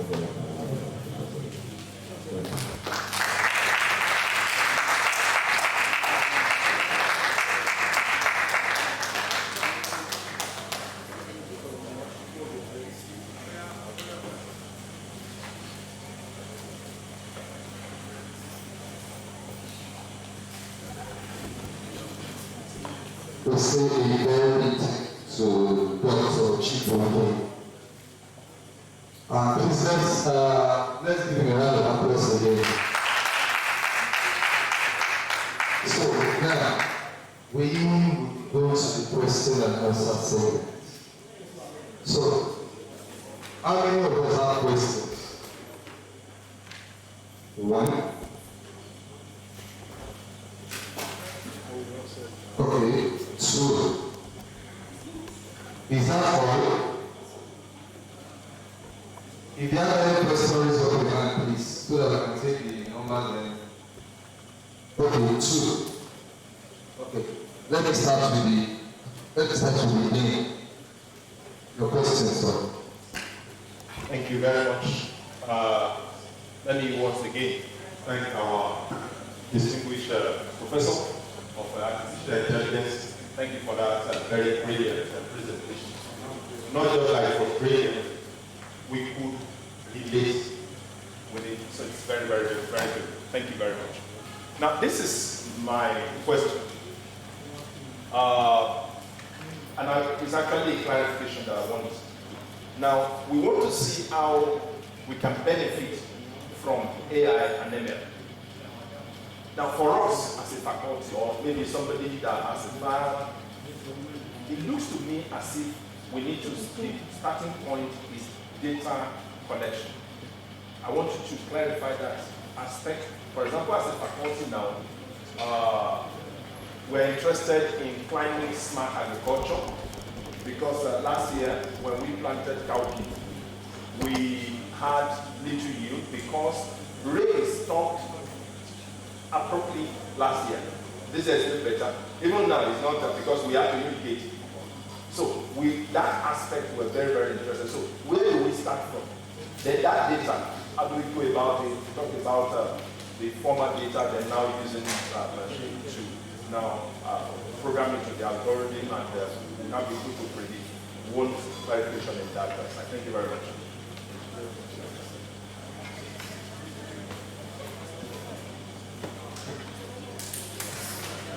Because this question that is instructive shows you also follow attention. Yeah. We start from what we can get. So there's no data that is too small. So we have to cultivate the habit of preserving our data. Things that we do before we just do it and forget about it. No. We now record the data with the mindset that we are going to use it for something. So we can start with classical data recording, using the ledger book, whatever happened to this. Just put your mind in this. Always create a relationship. Y is equal to f of x. With that x, it's always easier to get. X is usually easier to get. For example, I use maybe strength of material. In the strength of material, you can easily understand the weight, the color of the material, and some characteristics that you can easily bring out from the material. However, to get the strength of a material, you have to subject it to a strength test. Sometimes it takes like 2 weeks. That is the difficult thing. That's what we want to make machine learning to give us the estimation without passing through that long process of strength. And in this case, having to know the planting season, how the weather is going to affect us, we have to document what experience we had in the past. Then we start documenting it little by little. People used to ask how much data sample you have. There's no one that is lesser, there's no one that is more. The more, the better. But whatever field you are, try to implement it and see what you can get. Then you can then try to improve it more. Especially with the ensemble system we're talking about, the hybrid system, whereby we can use it to force excellent results with very few data samples. That is the case of an ensemble where each of them is getting like 40%, 70%. The maximum is 70%. When you merge them together, you can get 100%. We demonstrated before. From 50%, 40%, you merge many models together, they get 100%. That is some of the uniqueness we can do. So when your data set is very few, then you can go ensemble or hybrid to get this one better. But let's start getting whatever data we have, let us use it. We have to bring up that kind of habit of always documenting whatever we have in farm. We notice this, we notice this. Even some idea that may not come today, tomorrow, bring those data. Oh, we can do this with this data, then you start to implement it appropriately. So documentation is the key. Even if you don't have a computer to document it now, record it in the log file. Later, we can transfer it to the system. When they plant, the time they plant, the time of the day, all those kind of information that we thought are not useful may become the real gold mine that will tell us the right thing to do in our farming system. Thank you. Thank you very much, sir. So please, Dr. Lutsu Michel.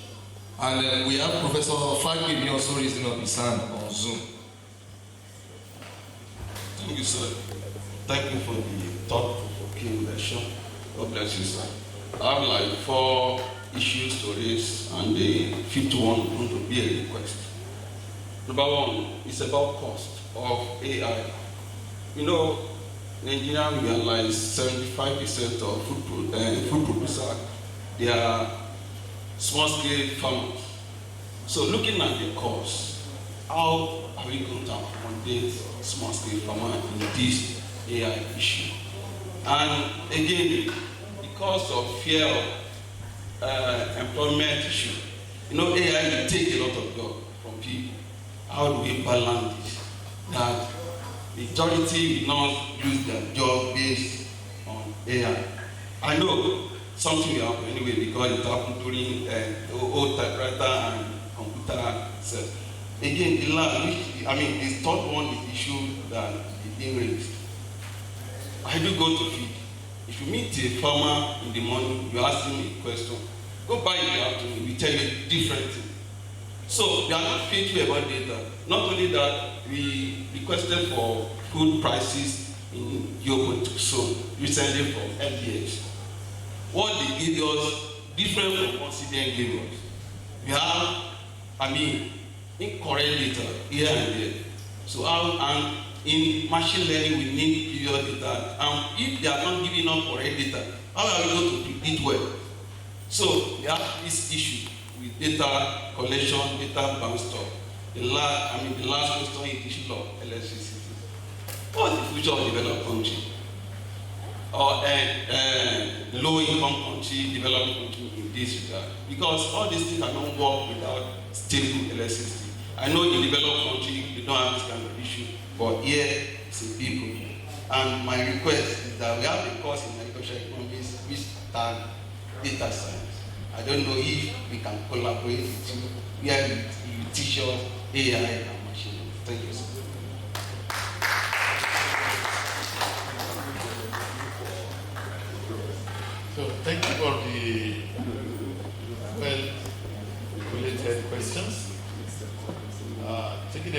after the other.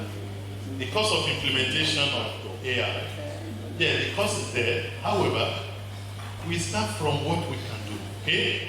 We may not be able to have automated crop monitoring system now, okay? But there are still some basic things we can do, actually. We call this a system, one of the system computer has ever given, best system we've given to people is divide and conquer.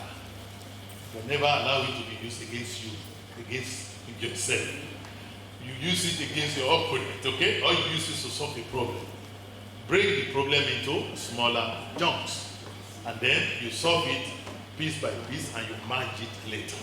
So if we think holistically to solve the entire problem, we will go and sleep. Well, we will feel weighed down by the enormity and the possibility. But pick it one by one. For example, I want to know this egg that is laying egg. How many eggs is being laid per day? Record it. Another variety of another egg, record it. How many times you give food, which time you give food. These simple things we now want to say, okay, last year we noticed this, we can then see the pattern. If they are the same variety, if you give this kind of egg, this is what you get. Can't we increase this number? I call it prescriptive analytics. Predictive, you want to have an idea what you do in future. For prescriptive is we want a particular amount of production we are targeting. So number of egg per day, you want to increase it, you want to do whatever you want to do. What can we do to achieve that? That is prescriptive analytics. While the diagnostic, we have to try to say, okay, if something went wrong, why is that? We want to look at what are the factors that are responsible for it. So when we pick it, we should pick it as simple as possible. Simple data set. I know one or two students here, a couple of months ago, they approached me, they are trying to have an idea what it is. The starting place, get a kind of online data set. Whatever you are doing here, somebody maybe did it. See those data set, that will guide you which kind of data you are going to be gathering systematically. So we are not starting everything at a go, otherwise it will be too much. But little by little, in your own department, we do this, gather the data. You'll be surprised as what you can bring out of data set that we thought was useless before. If we are able to turn the data into information, and we know information is life. We have the timely information that can tell us something may go wrong, something that ordinarily human being will not know. And like I said during the talk, it's not magic. No, it's science. Before anything goes wrong, there's some characteristics in the sky, in the air. That's why we predict rain. It's not because we know what to do to rain. Sometimes it will never rain. Yes, because it's only God that knows the rain that will come. But there are some characteristics that God will send to the environment. It doesn't just rain suddenly. So if our data is able to pick such things, we may be able to say to some percentage there may be rain. Sometimes it doesn't come. And that's why the humanity in us, the limitation we have. But sometimes there are information. Like the hurricane, I gave an example also. The hurricane used to come and meet people, took a lot of things away. But now, with ML integrated to the oceanic data collection, they have an idea that something is going wrong under the ocean. The last time we felt this kind of wave, it was hurricane. Then alarm will be built and people will be evacuated, and then hopefully we can prevent disaster.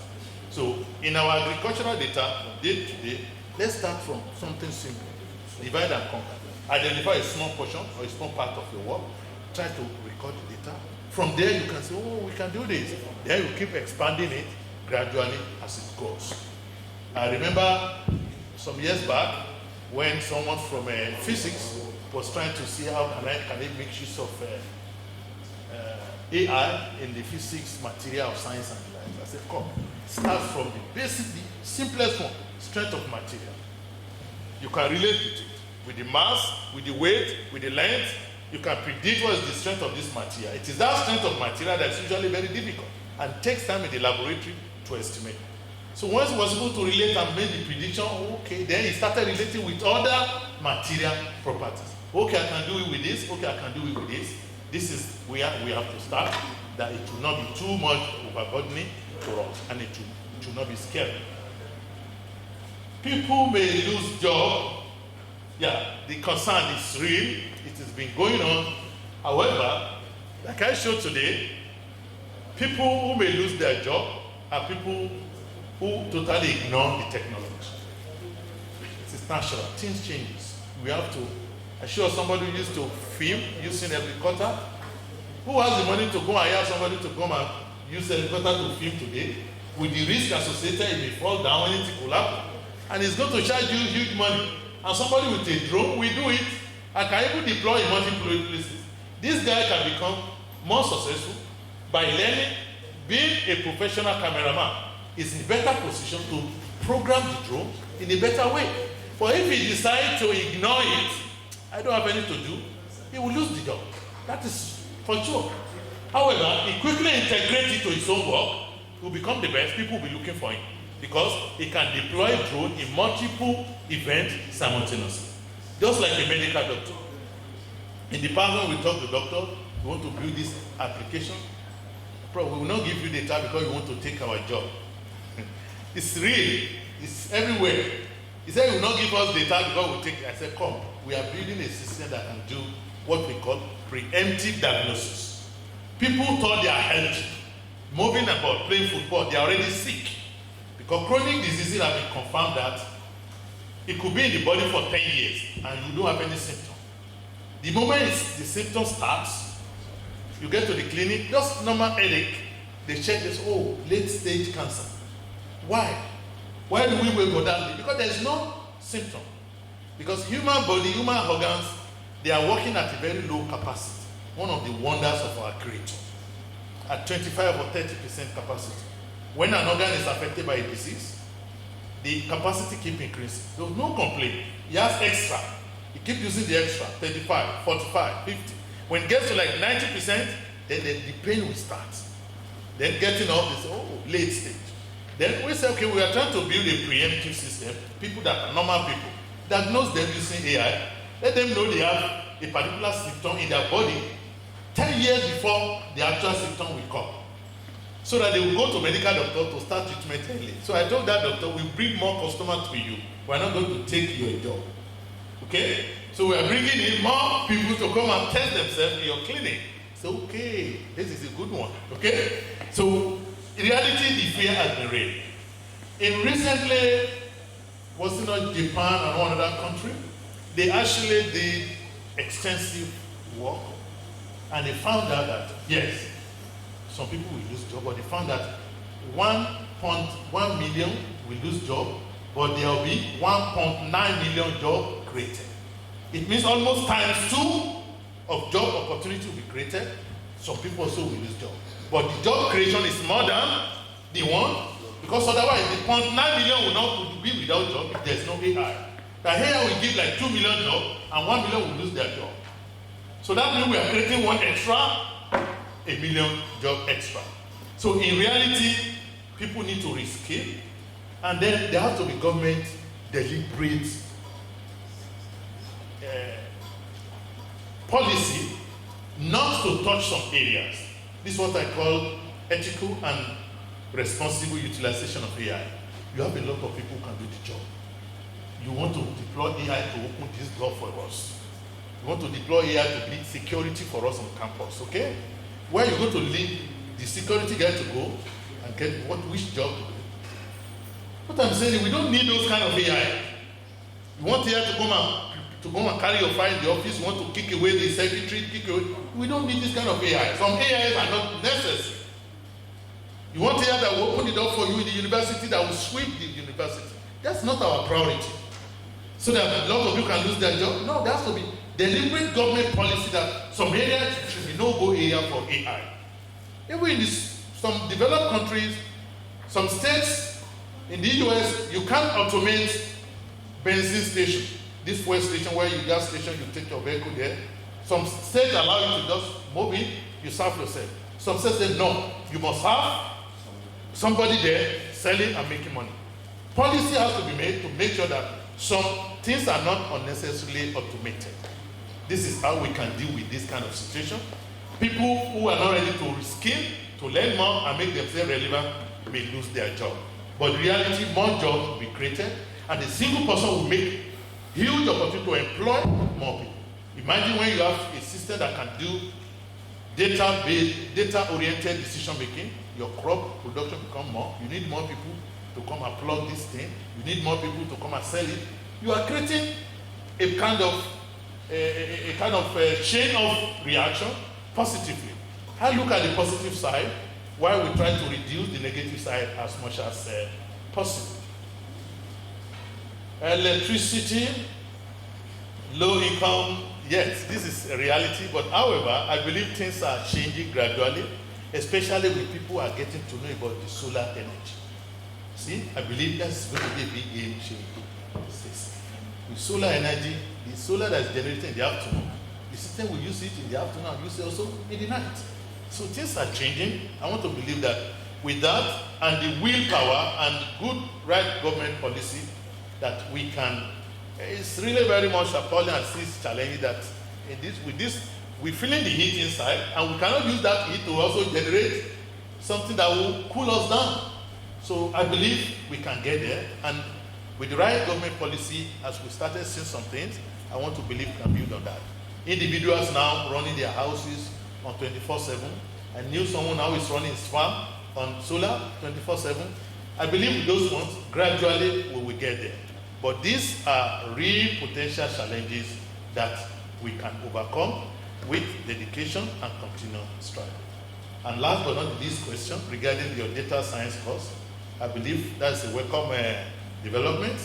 So we can hopefully reach out together and then see how we can come in. It's going to be a pleasure for me. Thank you very much. Thank you so much, sir. Before I go to Dr. Lani, we have Professor Fagbemi on Zoom. He has raised up his hand. Please, Professor Fagbemi, can you put him on?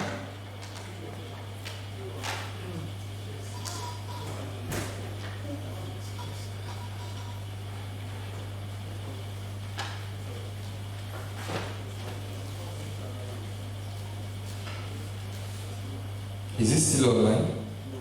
He's no longer online. Yes. Okay. He has answered, and that is okay.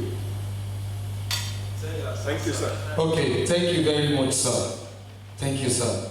Then from there we'll move to Dr. Lani. Yes, thank you, sir, for the wonderful presentation. So, I know when we were talking, I was like, what is the place of cost factor in all this? Because when you were answering the other question, you've answered, but I would be like, because some people will do some kind of forecast.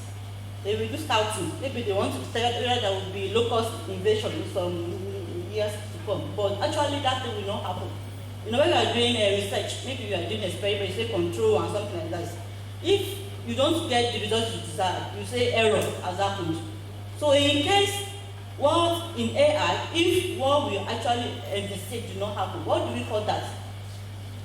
The answer, because of our students here, if you look at Nigerian universities, they've introduced AI as a course, a discipline now, to be taken. But in developed countries, they don't take AI like that. I would be like, okay, if you are taking AI as a course, won't you be restricted? Is it not better for them to say, okay, everybody should take a computer as a science, computer science, then in your final year, you not specialize? Because if you look at developed countries, they will say data analytics and software engineering, something like that. But in Nigeria, they said, if you want to take AI as a discipline, as a course, you can also do that. So I would be like, would they not be regimented, or we should be open to that? Thank you, sir. Thank you very much for the question, Doctor. On the first question, there's always what we call the actual cause of misclassification. If there's a mistake in AI, there is under the ethical issue now. If AI should misdiagnose you, who is responsible? Are you going to take AI to court? Who is going to lose his medical practice? This is a discussion now, ethical discussion. You see? So there's what we call the actual cause of misclassification. For example, in medical, when you predict that somebody is sick, meanwhile the person is not sick. This is called false positive. False positive. You will go to the clinic, thinking that he's sick. You already make him to panic. Then getting there, they will do tests, and they say, oh, we are sorry, our AI system made a mistake, so you can go. At least you will be relaxed. Ah, thank God, he's not sick. But they wasted his time, wasted some money to do some things. However, the first negative is somebody is sick, but the diagnosis says he's not sick. He will go home and enjoy himself. They may have complication, collapse. So we say in medical, first negative is more challenging. Don't miss it. So when we are building the model, we build the model to like 98%, for example. In that 98%, there's one 98%, but the mistake you need, there's 2% mistake. That 2% mistake is from the false positive. Predicting somebody is sick and is not sick, it's not a problem. You just go by, oh, sorry, we are very sorry, you can take this little thing as a relaxation, go home and enjoy it. So we have another one that is 93%, or sorry, 99%. But that 99%, the mistake is coming from false negative. He's sick, but he's saying he's not sick. We'll go home and develop complications. We will not go for 99%, we will deploy 98%.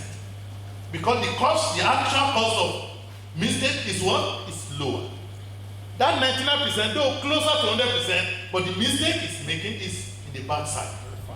So we use this to control the level of mistake of AI. Any system can go bad.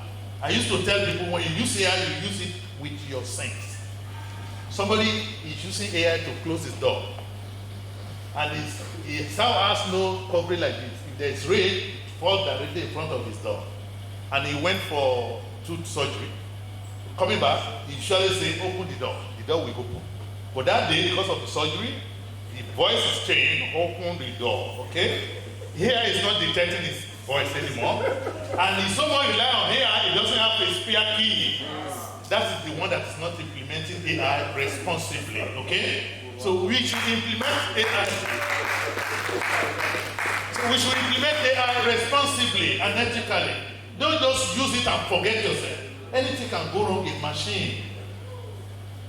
I was in a place in an underground parking. They used to use human being to collect your money and then open the gate for you. I got there one day, everywhere automated, nobody there. You have to drive, identify your what do you call it, the plate number, and then calculate the time you enter, and give you the price, and you pay with your ATM card and you. I said, personally, I said, this is not necessary. Those guys that were collecting money here, they were making their penny. Now they are jobless. To me, it was not necessary. 2 days after, there was a failure. The entire parking lot was full. The system was not opening for anybody. And you can see it's a highly crowded area. It only led to stamping. Each. And I said, this is where AI has to be deployed with responsibility in mind, and in case it fails. Regarding the concern of doctor, it's your concern is valid. Somebody starting to do AI from first degree instead of specializing in AI later. Like I did, all my degrees, first degree, second degree, third degree, they are all computer science. Later, specialize in AI. However, there are two sides of the discussion. People used to consult me. If you want to know why you're late, you go for computer science, and then you can then specialize in other areas. However, people are saying there is demand for AI so much. There is so much demand for cybersecurity so much. When you train a computer science student, it's a general knower. It's not specialized in that cybersecurity or AI. We want somebody that will go and we can deploy AI as high as possible immediately. So it's not only Nigeria that is doing it. We have a lot of people that are doing it. Things are changing. University where I used to be before, we started AI department of the first AI department in the Kingdom of Saudi Arabia. Like 7 years ago. We started graduate students like 4 years ago. In demand. Because the demand is just so high. You can't create a course except if there's a demand for it. When you do survey, companies were looking for AI. Then the government said, float it, what are you waiting for? All the graduates are getting jobs because of the demand. So if there's job market, there's nothing bad in students going for AI from the beginning, or cybersecurity, or ICT, as the case may be. But if you have the big picture in mind, you want to become a big professor in future, you want to have computer science first degree, then later you can specialize. That is also good. But because of demand in the world, there is so much demand for data science, analytics, AI, that even if several universities are having AI, cybersecurity as a course, they are not still going to satisfy the demand for the work. I think this is what is involving of that particular system. Thank you very much. Is the other person online so that I can ask him a question? Is he still there? Is Professor David Okay. there? No. Professor online. Okay. Professor, can you still take one more question, sir? Okay. Dr. Ajay. Yes, Prof. Thank you very much for this connection. Some of us in data analysis, the way you present and telling us algorithm, we are more interested. Some of our students here, they are just learning, they may not know much about it. But some of us, when you talk about data, past data, impute it, and to give you a model. I want to ask, where does correlation come into play? For instance, garbage in, garbage out. If I give a wrong data, you give me a wrong model. At what time does correlation comes in? Then what do you use to measure your correlation? That's one question. Secondly, we talk about algorithm being rules and procedures. How is it different from programming? Then the third one is, majority of us are interested in this AI machine learning algorithm. Where can we start from? Thank you, sir.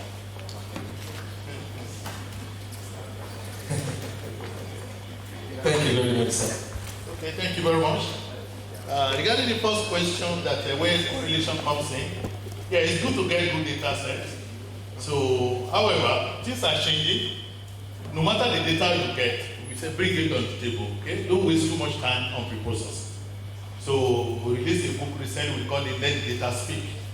So sometimes people do too much processing on data and you miss the insight in the data. See, when you do, usually people normalize. I attended a presentation of a master's student. He got the data, very nice data. He wants to build a system and they tell you that there's going to be a crash in the car based on the behavior of the driver. The moment he got the data, he normalized. I said, where is the result of the original data? He said, he didn't do it, that he knew normalization is good. I said, normalization is good, but it's not in all situations. In some data set, on normalized data, perform better than normalized data. You must let the data speak. So with that principle in mind, once you get your data set, if it is not good, there are many ways of making your data good. But the first thing is use the original data set first. And then model it. If the output is not good, you can then go back and then try to see what you can do to make it better. After the prediction, we have correlation. If you are dealing with, we have two major problems we solve. Classification. This bird will produce or will not produce. This bird may die or will not die. This is called classification problem. Then we have regression problem. How many eggs this animal will produce before it stops producing? And when you estimate age of someone, by taking your picture, I want to tell you your age. That is a regression problem. In that sense, we use correlation coefficient to check what is the output of our prediction. We also use root mean square error. However, you don't use only one. Then we came up with one. We said always plot the actual value, plot it on the graph, and also plot the predicted value. You can see how close they are in terms of matching. It's one of the best way of actually judging the performance of your model. And if it's for classification, then we can then try to see the confusion matrix and other system put in place. As for the last question, the other question, algorithm, program. Yes, program used to be what we are known with. Somebody writes a program, you give your data to it, it generates an output. And I discussed software engineering and software crisis, where we led to machine learning changing the world. In machine learning, we have been looking for how to make computer to write software by itself. It's been a long time. There was a time they came up with higher level specification that just specify what you need, computer should generate the code. They spent billions of dollars, it failed until machine learning came and said, give me data and give me the output of that data in the past, and I will generate a program for you that you can use for the future. That's a big game changer, actually. So the algorithm is what is controlling that understanding input and output. Last year, this student failed. Okay, let me bring you to the class. I'm teaching a course maybe next semester, introduction to data science. And I want to know this student in the class, I will run an algorithm on them. A system that will detect this student will fail, this one will fail, this one will fail. It detected people that will fail based on performance in year one results. Because we build a system that using the student pass result, we can know that how it's going to perform. Not because we want them to fail, we want to identify students that need more help so that we can prevent them from failing. We call it EDL, Educational Data Mining. So you have an idea of how the student will do, what will make the student to fail. Maybe lack of attendance in class, then you can work on it to prevent the student from failing. Or we want to know if the student will drop out of the university. We don't wait for it to happen. Right from second year, we predict this student may drop out. Then the system will work to make sure that he or she does not drop out by giving him or her the necessary monitoring the exam. I think that's the second question. Where do we start from? Okay. Yeah, everybody, like I said, it's a system that we cannot learn. It's not difficult, especially with the no coding scheme. Okay, no coding AI. Everybody can learn it without writing a single code. And it's easier and straightforward. And that's why we put that system in place that we mentioned. We already shared with the organizers. So you can join our program every Saturday, except we have, of course, engagement. We do announce on the WhatsApp group that there have no bit class. 7:30 to 8:30 every Saturday, we do have AI for everybody. So where you can start little learning and then also research collaboration groups, take it from there. It's not something that is difficult. From every field, irrespective of your field, you can learn it. Whether it's a course personally, we'll make it available also. We need 2.5 hours. If you listen to that for 2.5 hours of lecture, you will build your first model within that 2.5 hours. It means in the afternoon you can start learning, and the next 2.5 hours you build your first AI model, and then you can appreciate it, and then you can move forward from there. Thank you very much. Thank you very much, sir. And that's really the end of the question and answer session. The organizers. Sir, we want to use this opportunity to say it seems to be so we want to use this opportunity to say a very big thank you to you. We have really gained a lot, and we won't mind, the faculty will not mind reading for any other thing. Thank you very much, sir. What did you say, sir? Presentation on Monday. Oh, okay, sir. It seems we'll be having you again on Monday, sir. That is very good, sir. So with that, we'll be coming to item number 8, which will be the closing remarks, and I'll be inviting the chairman, NOC, for this, in person of Dr. W.A. Olaniyi. Please, sir, come and give closing remarks.